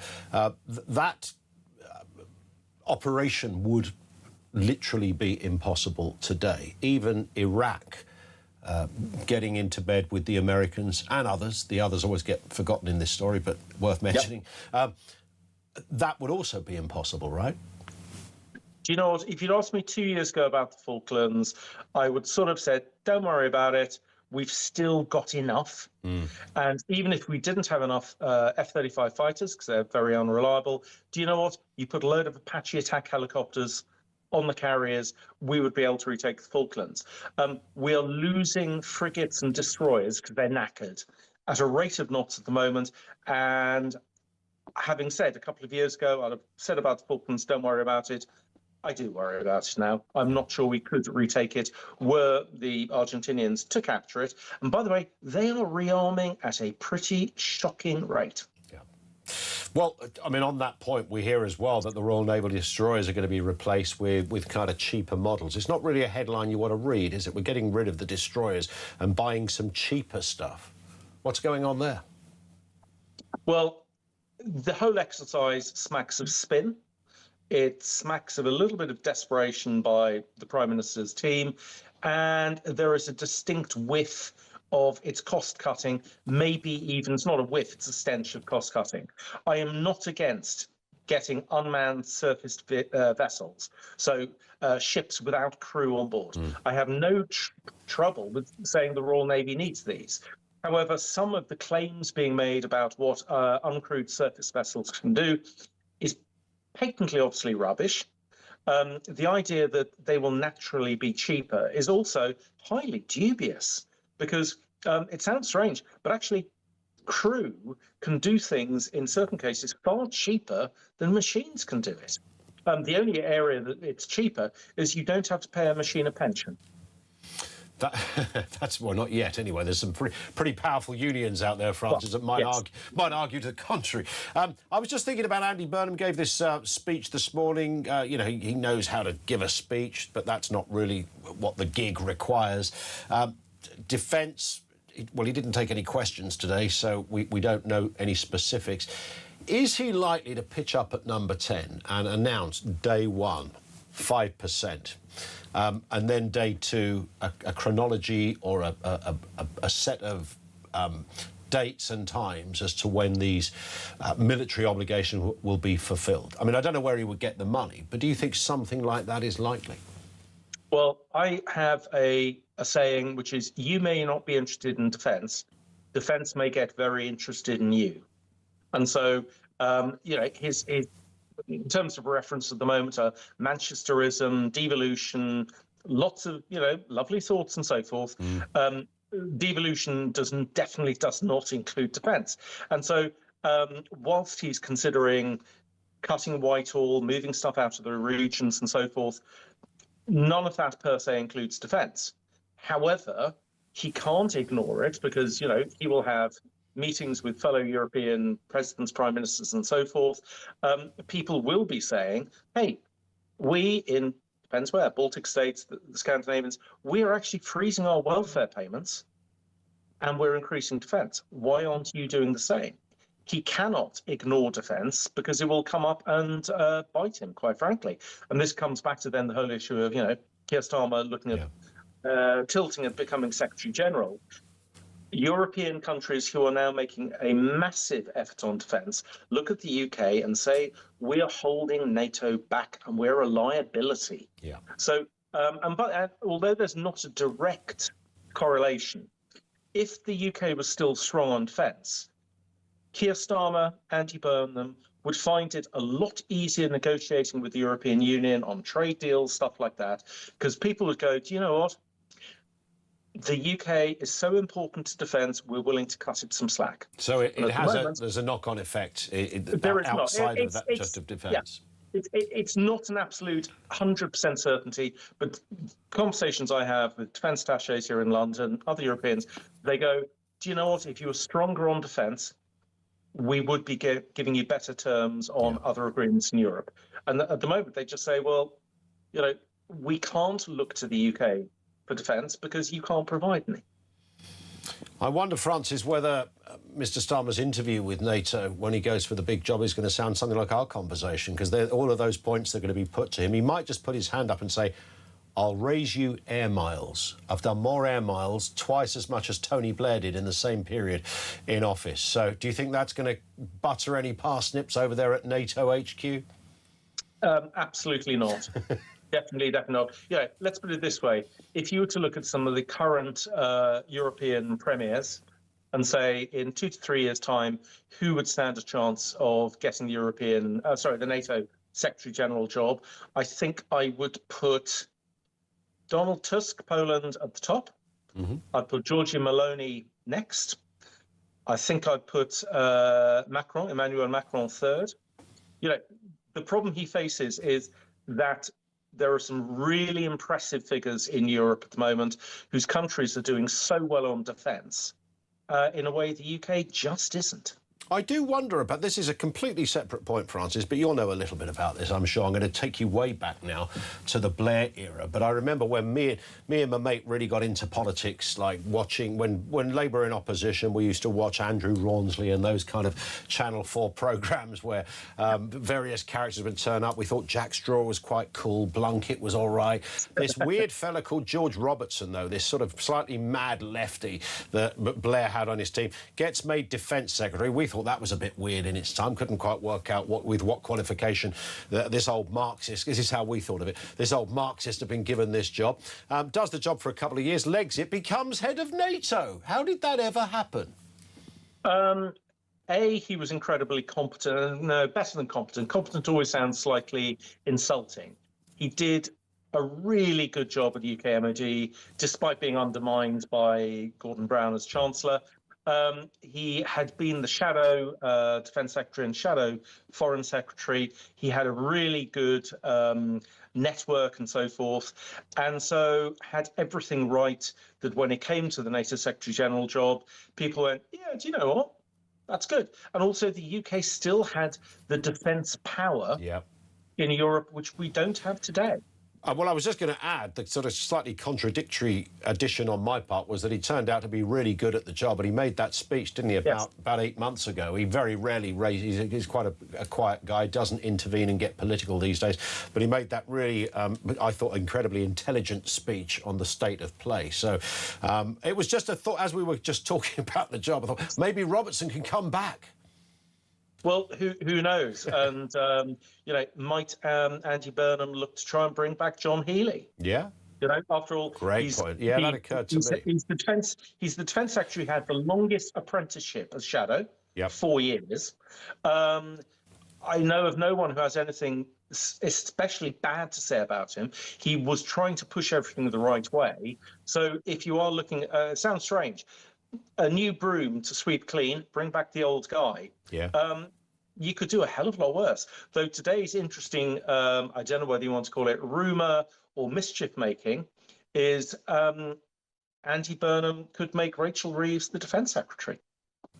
Right. What are we, just a final point, Francis, I know Rachel Reeves is always good fodder, like any Chancellor, to be fair, for, you know, the satirists and commentators and the like.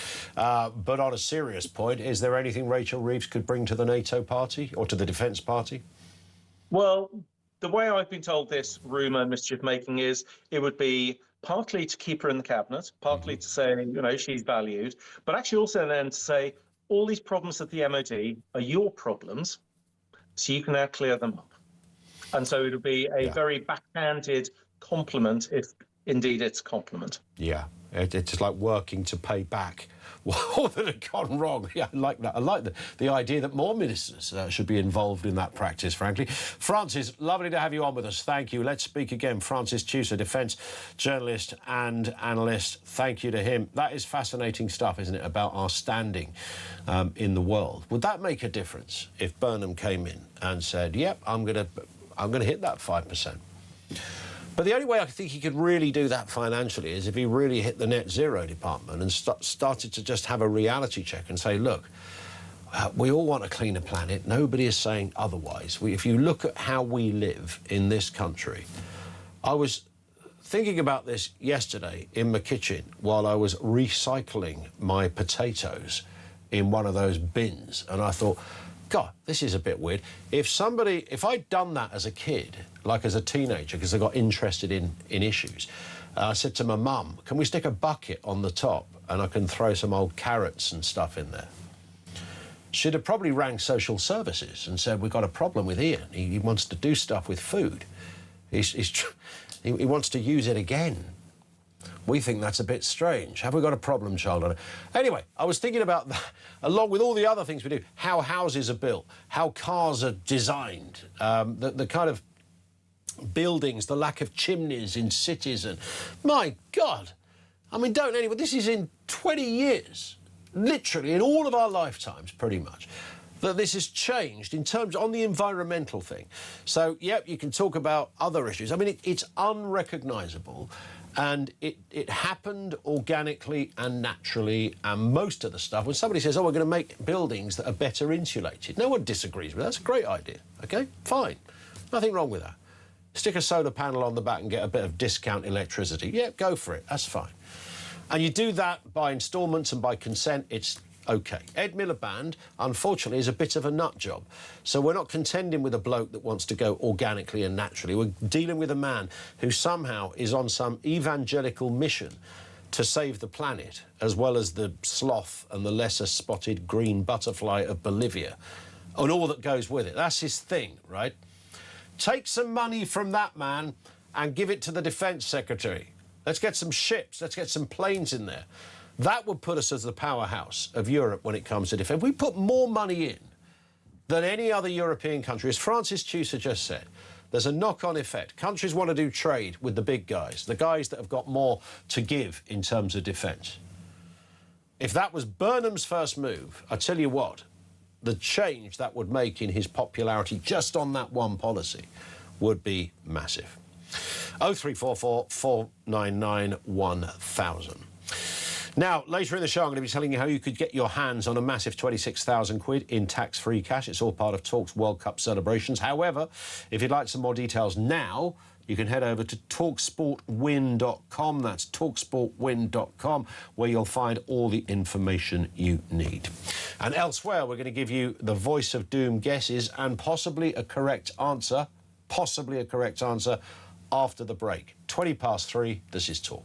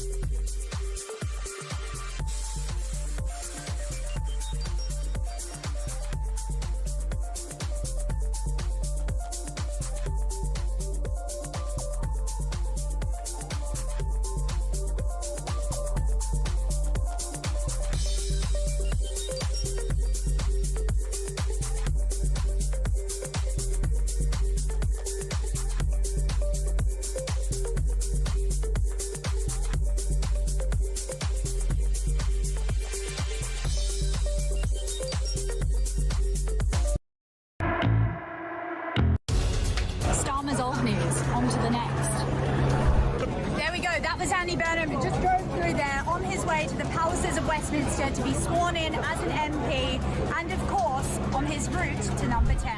I swear by Almighty God that I will be faithful and bear true allegiance to His Majesty King Charles, his heirs and successors, according to law. So help me God. There was two things on that manifesto. One was a picture of Keir Starmer and the word change. Well, promise made and promise delivered in that sense. Across the UK, on DAB+, on YouTube, on your mobile, and on your side. This is Talk. It is Talk. 0344 499 1000. Alan in Peterborough says, I really don't understand what Burnham is talking about. Local issues are already in the hands of local authorities. Great, yes, good point. Is he saying cities like Manchester and Birmingham should have their own defence force? I think he's trying to create a civil war between the south and the north. Keep it up. Well, also, I mean, I mentioned this a second ago, didn't I? That what about in the southwest?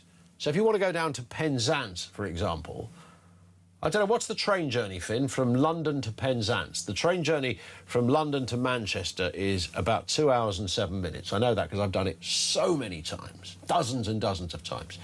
And some can be a bit longer, but I think that's the shortest one you'll get, 2 hours, 7 minutes. And you stop at Stockport, and that's usually maybe Milton Keynes, but yeah, one stop, very simple. If you wanted to go London to Penzance, then that's a far long, it's about 5 hours. So are they 5 hours, 20 minutes about? So is that not going to... Surely they are further from London. If that's the geography, the weird, mad geography game Andy Burnham wants to play, you can't just go, oh, yeah, we'll give it to all the money to people with a northern accent. What happens if you get to the northeast, where you would have a northeast accent? I mean, does that change things? What happens when you get to Liverpool? You've got a northwest accent. I mean, does that... What game is he playing here?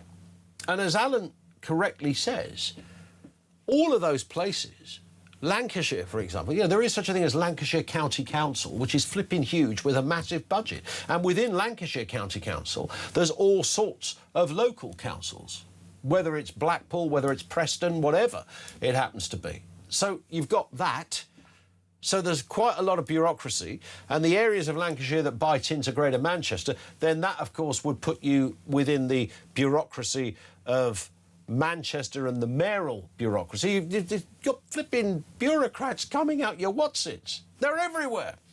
And Birmingham goes, let's put some more in there. Look, I know what he's saying, you know, let's have some real teeth into this, but we already have billions and billions of pounds given to local authorities, raised by local authorities. I pay my council tax to my county council and to my local council. And then you get the little pie chart that tells you some of it goes to the police and some of it goes to the fire services, and this much is to clear your bins and this much to turn your street lights. You know, all of that stuff. So we've kind of already got some of it. And if you're going to have a very specific area around the Manchester region, would the people of Maidstone in Kent not be entitled to the same thing? Would that not be a reasonable request? People in Maidstone don't get more in any sense than the people of Makerfield. They're not dining out going, mate, yeah, we're all got it, it's brilliant. No, they're not. There's no gold-plated paving slabs around the high streets of Maidstone. And don't even start me on Chatham.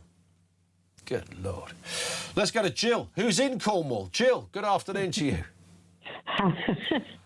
How are you, Ian? I'm all right, thank you. Yeah, fire away. What have you got for us? Well, I just, honestly, what a bunch of idiots they all are.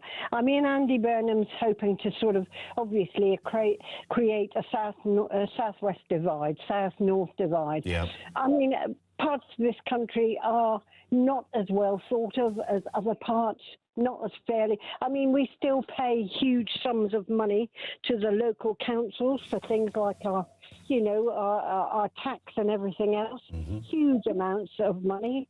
I just don't understand what he's trying to do.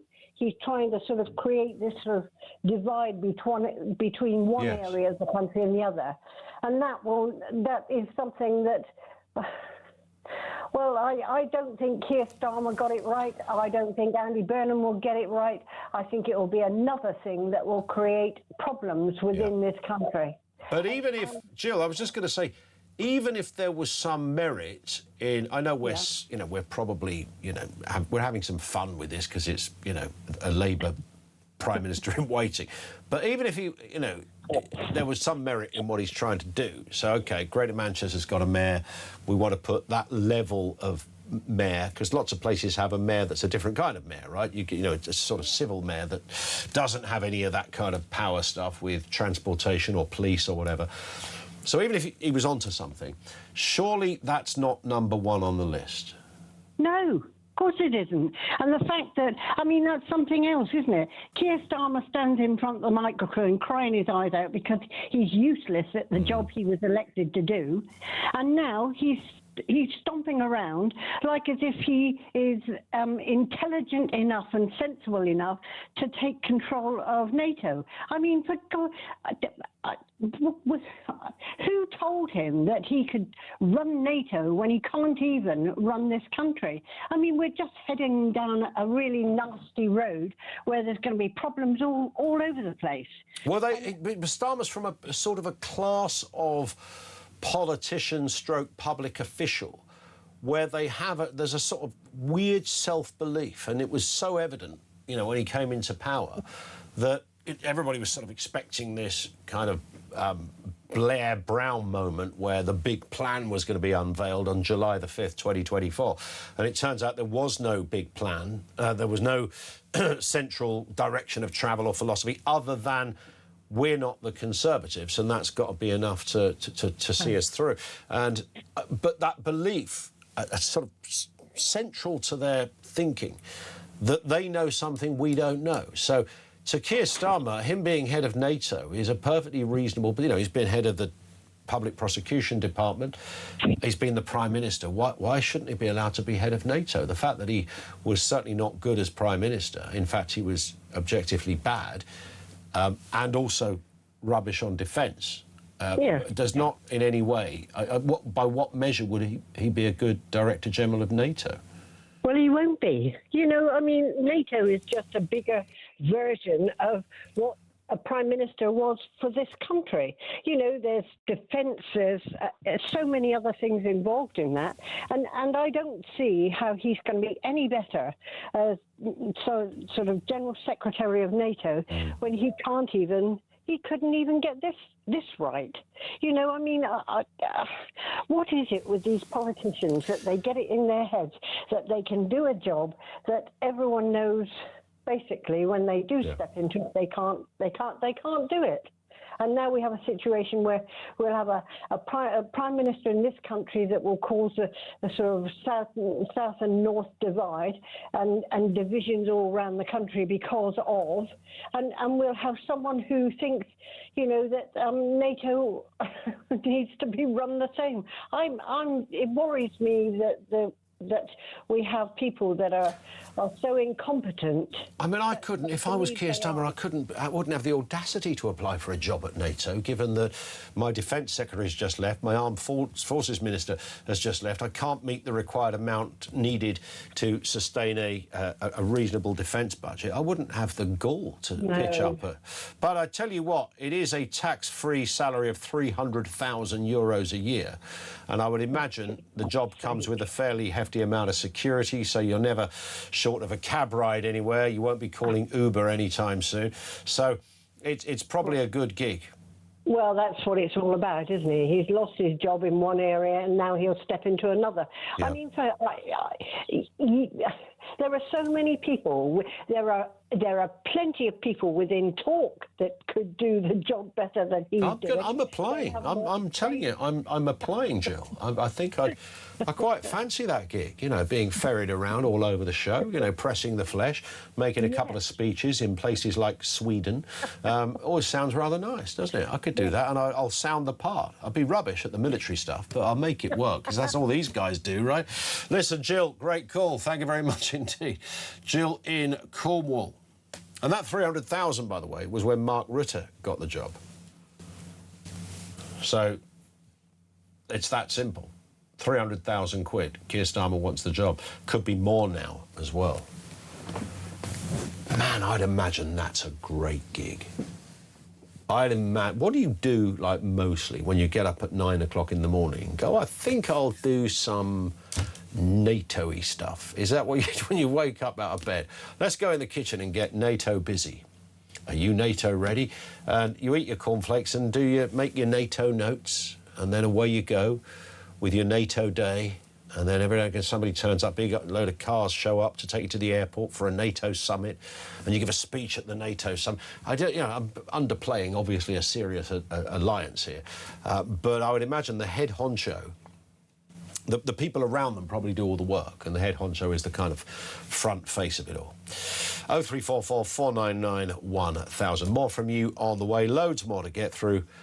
Oh, let me just do the voice of doom. Yeah, let's do the voice of doom. Let's have a listen to the voice we played you 45 minutes ago. Any of the noble aspirations. Who is that? It's very simple. These are some of the guesses. George Papadopoulos? No. William Pitt the Younger? Yet no. Dame Edna Everage? Or Barry Humphries? No.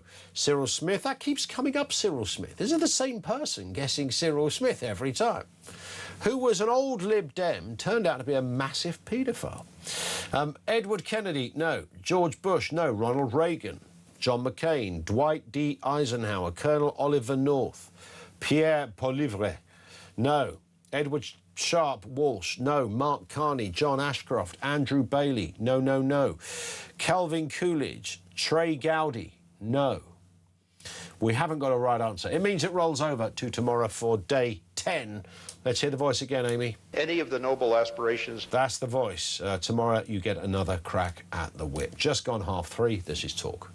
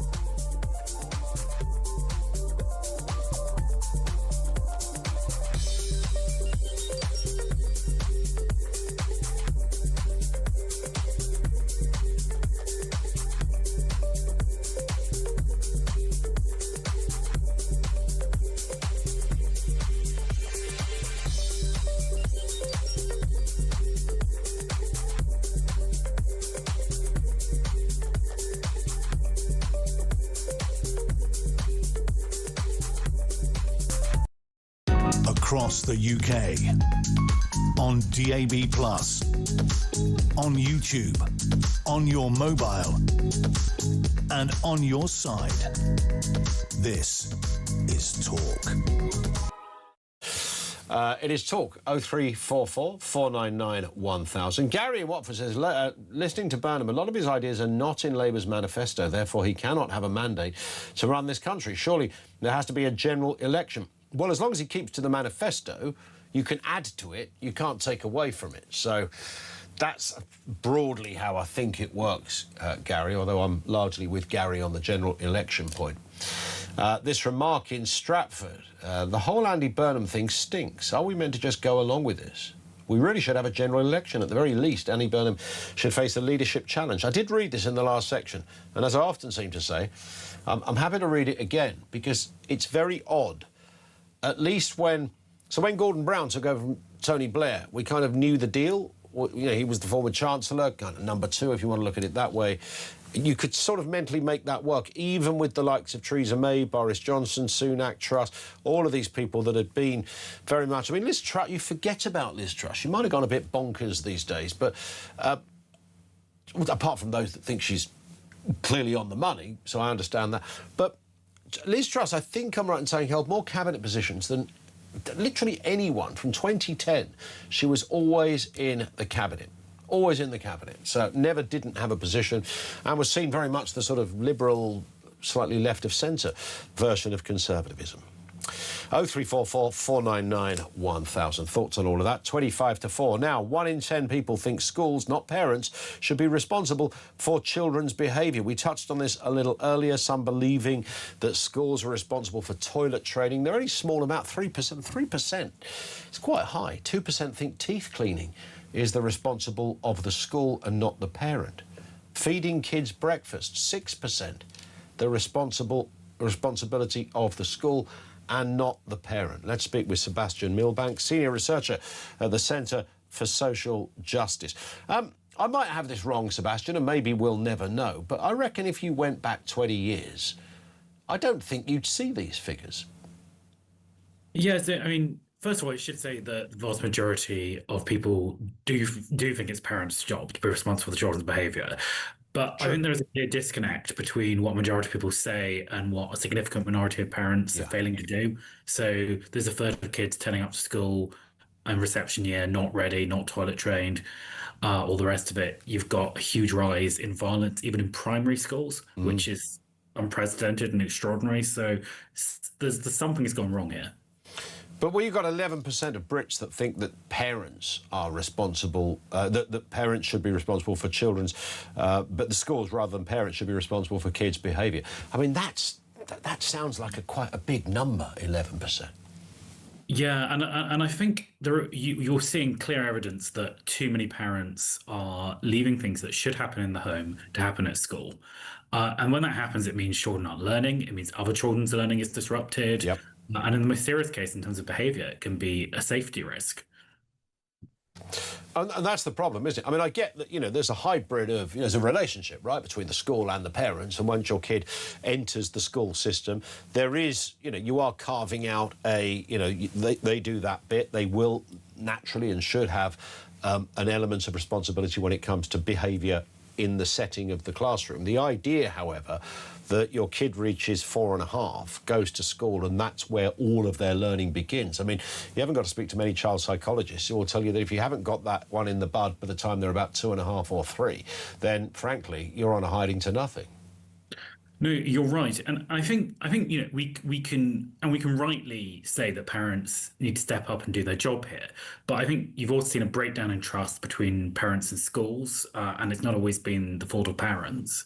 And I think you've also seen parents and families are much more socially isolated than they used to be. That culture of more parents at home with young children, people watching each other's kids on the streets. How cohorts of people having children at the same time. A lot of that culture has been lost. So you're seeing people grow up without expectations, starting families without role models, without peers in the same boat. And I think that has a really deleterious effect. Do we need to kind of recalibrate what a school does and should do? I mean, are we sort of in that place where, I mean, we've got Andy Burnham today talking about a complete reset of how our parliamentary and governing system should work. And that's a worthy debate to have. Do we need to apply something similar to an area as important, so important as schools? I think emphatically not, because it's a terrible misallocation of labour. You cannot have all of these expensive educational resources going on getting kids toilet trained, and this is something that every parent can do. And I think it's also a case where we need to put more resources into parents and families in the first place. Make it easy for people to take time off from work when they have young children, have more, do something about the 2-income trap. At the moment, the way we tax family income, if you've got a single income, you're taxed twice as much potentially as someone on a dual income, and that makes it much harder for parents to look after their kids.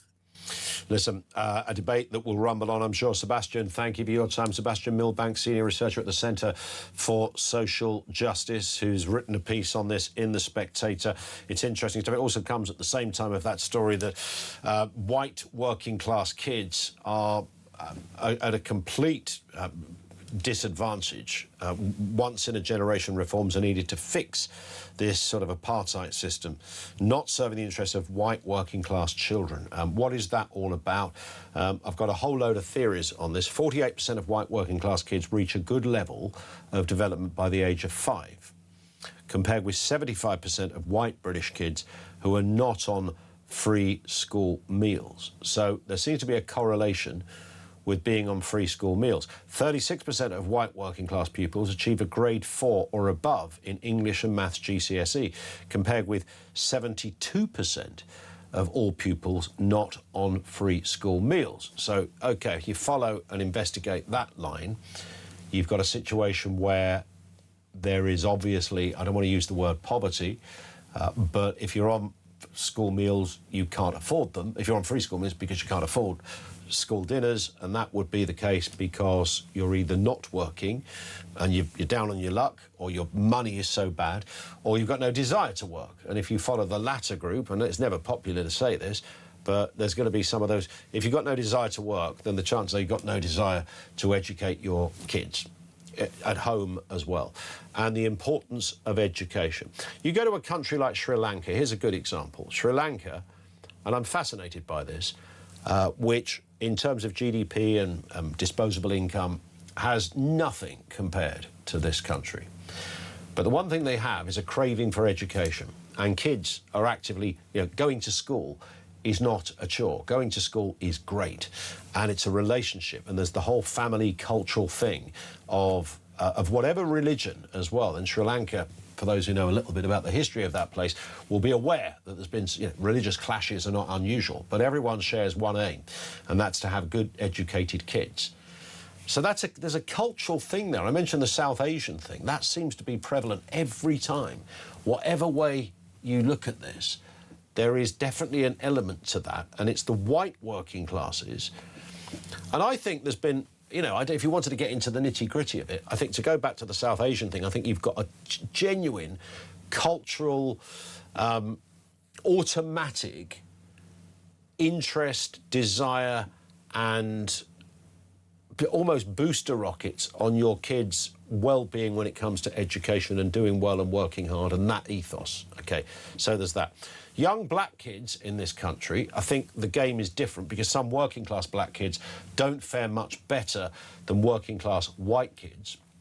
But certainly, if you look at the issue that a lot of black families have experienced, and that's not just about racism, it's about that sense of being left behind. I'm talking about going back here. Many have tried twice as hard for that very reason, to prove the system wrong, as it were. So you have these different groups with different outcomes, and it's kind of sad, really, because shouldn't we all just want our kids to do well at school, and you encourage them at home, and you read to them at night, and you tell them to do their homework, and you help them wherever you can, and you try and expand their mind through other forms of knowledge, etc. Tom's in Reigate. Tom, what have you got for us? Andy Burnham, what's going on? Good afternoon, Mr. Collins. Afternoon. I'd like to say I was quite inspired by Mr. Burnham's speech earlier. I thought, it sounds really good. Loads more homes to be built, money for this, money for that. But what strikes me is someone dropped their seat so he could get a vote in Makerfield, deliberately, to get Starmer out, who's the worst traitor I've ever known to this country in my life. Okay. Good riddance to him. And I hope when he goes to NATO, I hope he is in charge of NATO, then they can put him on a rocket and send him to China. But what I'd like to know is all these things Mr. Young Burnham has promised, even though he's not voted in as Prime Minister yet, where's the money coming from? Well, that's it. I mean, he's talking... The money? Well, that's why he needs 10 years, apparently, in this respect, Tom. Listen, mate, we don't want Labour in for 10 years. This country will be bankrupt in another 2 if it's not far short of it now. We don't want Conservative, and I don't even think we want Reform now, mate. I quite like old Nigel Farage used to, but he's gone missing on this money issue, mate. Who do you... Everyone... So who's it... go on. Nigel Farage. Even Piers Morgan's called him out to come on the show. He won't explain this £5 million. Now, Starmer dropped his security. They wouldn't give him the proper security he needed, which I appreciate. You've got to have security. Farage, you mean? Yes, he keeps going funny over this $5 million. He said to your colleague last week, the young lady that works on your show, 10 o'clock in the morning, got that funny name, La-di-da. I can't think of the name now. You're on about Julia? Julia Hartley Brewer. Yeah. That's the one. Lovely. La-di-da, she'll love that. He told her to mind her own business. Now, when you say that to people, they go, he must have something to hide then. If it's not unreasonable to say to somebody who's I know he wasn't an MP at the time, but it's not unreasonable to ask if someone's giving you £5 million. What do you know? I said this of Boris Johnson's wallpaper when he had his. Remember when he had his flat done up for however many thousands of quid, and it was given by a donor. And I want to know a bit more about that, because if a donor's throwing a few shekels into the pot, then I'd like to think that there's a reason why our pounds, dollars, wherever it's come from, is coming from. What's the reason for that? Yeah, he handed to his arm. Look at the backhanders. He's had glasses, suits, everything. I mean, they're worse than if they ever were on the old backhanders. He's had more backhanders than I. Oh, your phone, Tom. Your phone line has just. I think the Secret Services are cutting you off, or somebody like that. I didn't get round to finding out who Tom thought should be the Prime Minister, because he said he was Nigel Farage, but not any longer. Does that mean he's gone Conservative bound, Restore bound, or maybe Tom in Reiggate's a Green supporter? I've got a funny feeling it isn't that. We will see. 0344 499 1000. Now, a reminder, you might have spotted this, of course, World Cup 2026, well underway, getting into the 32 stage this week. We are already in that stage. In fact, South Africa walked the plank just last night. Canada? Really? Really? Right here on Talk, however, we are celebrating a massive summer of football in absolute style. How do you fancy getting your hands on a whopping £26,000 tax-free? £26,000 tax-free could be yours. Imagine that landing straight into your bank account, whether you clear the bills, book a luxury holiday, or just enjoy a little bit of financial breathing room. It is a life-changing amount of money. 26,000 quid could be yours. If your bank balance could do with that serious boost this summer, here's everything you need to know. For your chance to win, visit talk.tv/win or text TALK to 8338 by 6 p.m. on the 20th of July 2026. Text costs £2.50 plus your standard network rate. Or send your name and number by post to Comp 1, PO Box 3190, Colchester CO2 8GP. To arrive by midnight on the 23rd of July 2026. 18 plus, UK residents only. So for your chance to win, text TALK to 8338 now. This is a network promotion. Full T's and C's at talk.tv/win.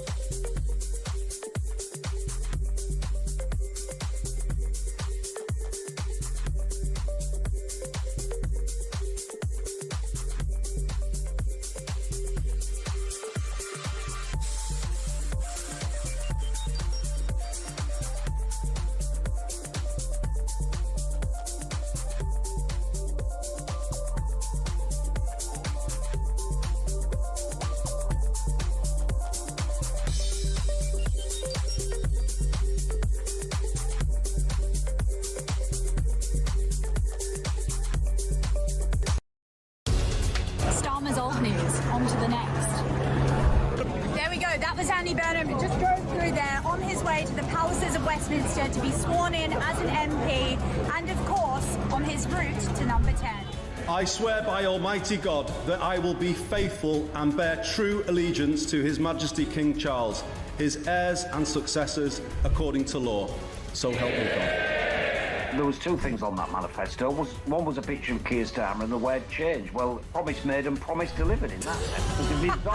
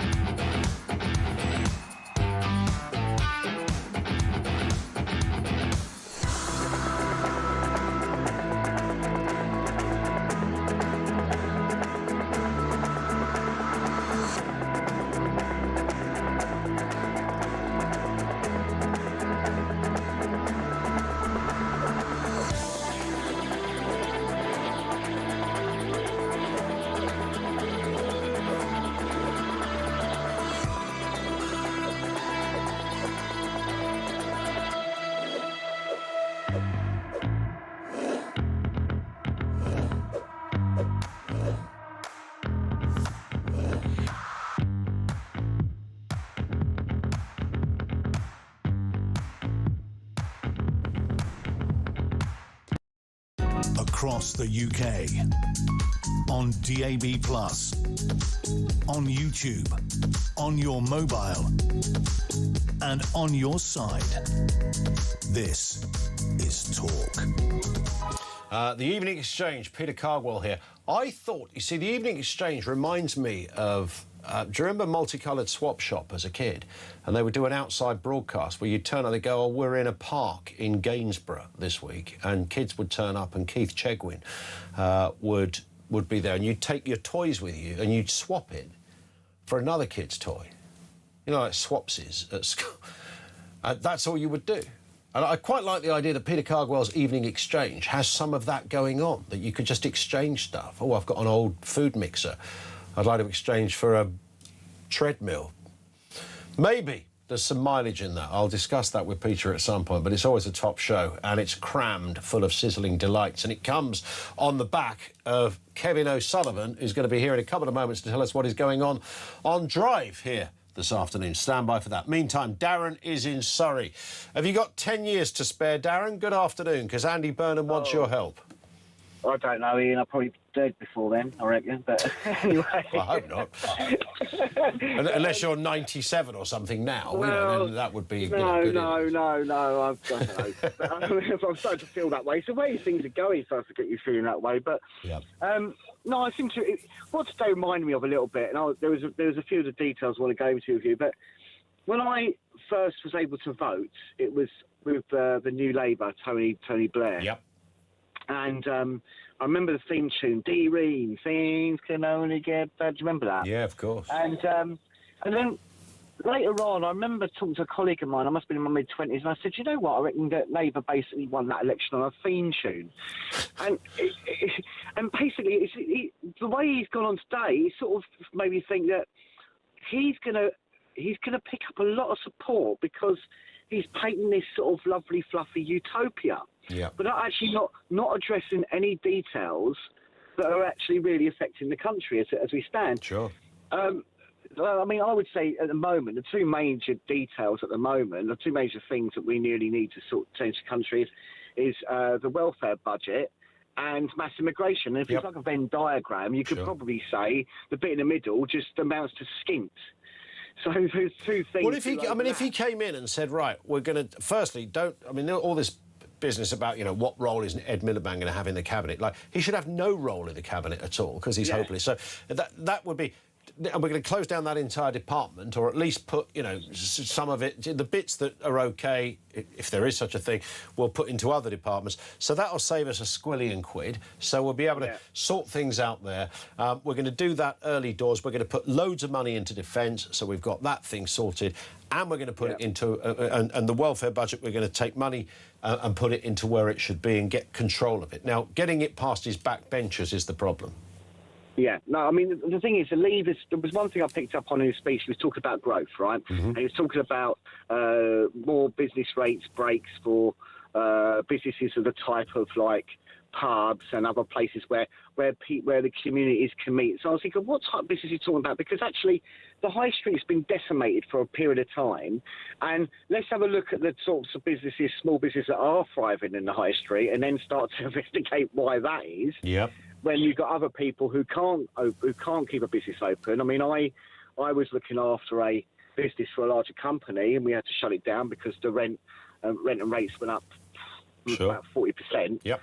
So and people lose their jobs. So really, when he talks about growth, I mean, really, get people more money in people's pockets. Invigorate the high street, let people go out and spend and support. Don't make it to like one sector. So almost like he's promising something big. It sounds like something big, but actually it's going to be quite small and insignificant.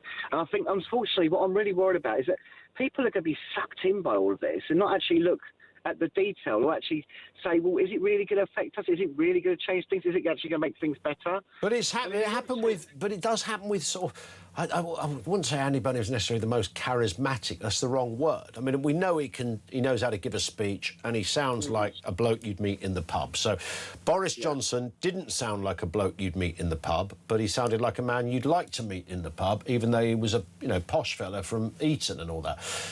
And yet, Boris Johnson had that thing, didn't he? People went, yeah, this guy's going to make it better. They didn't really do anything at all. In fact, it made it a whole lot worse in so many other areas.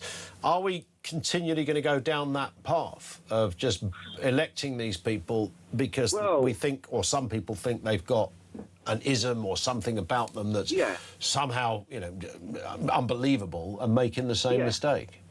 Well, yeah, I mean, it's probably also what's over substance. It's it's sort of in there. Yeah. What's the word? Style over substance. Style over substance. Yeah. That's the thing. And I mean, he even made this little reference. Sort of, I'm wearing my clothes, my Manchester. What's a black T-shirt and a bomber jacket being a Manchester clothes? What's he talking about? Oh, sorry, exactly, Kemi. And then the other one was what was the other thing that? If he was wearing a Liam Gallagher Parker, I might have taken him seriously. I'll tell you what I don't. I think they try and take a narrative that's 2 decades old. So, for example, this whole north-south thing, why have we got this north-south divide? Don't tell me, if you go into some of these big cities surrounding, they're not much different. The only difference between London and Manchester and Liverpool and Birmingham is the population. They've still got large middle-class areas. They've still got rich areas next to areas that are a lot poorer. Yeah. You've got, you know, I mean, you've still got companies that have gone up there, that people have moved up there, and you've got those sort of jobs, that level of jobs. You've got. I don't think it's as much. I don't think it's the same as like where a loaf of bread costs £1 down here and it costs 50p up there. I think those days are gone. Yeah. He tries to make this north-south divide, and it's almost like that gimmick that the Tories come up with, or the Tories, Labour in disguise, as I used to call them. Yep. Well, of levelling up. Indeed, yes, it's got a bit of that. And, of course, what they also forget, what people like Burnham forget, is some of the most poverty-stricken areas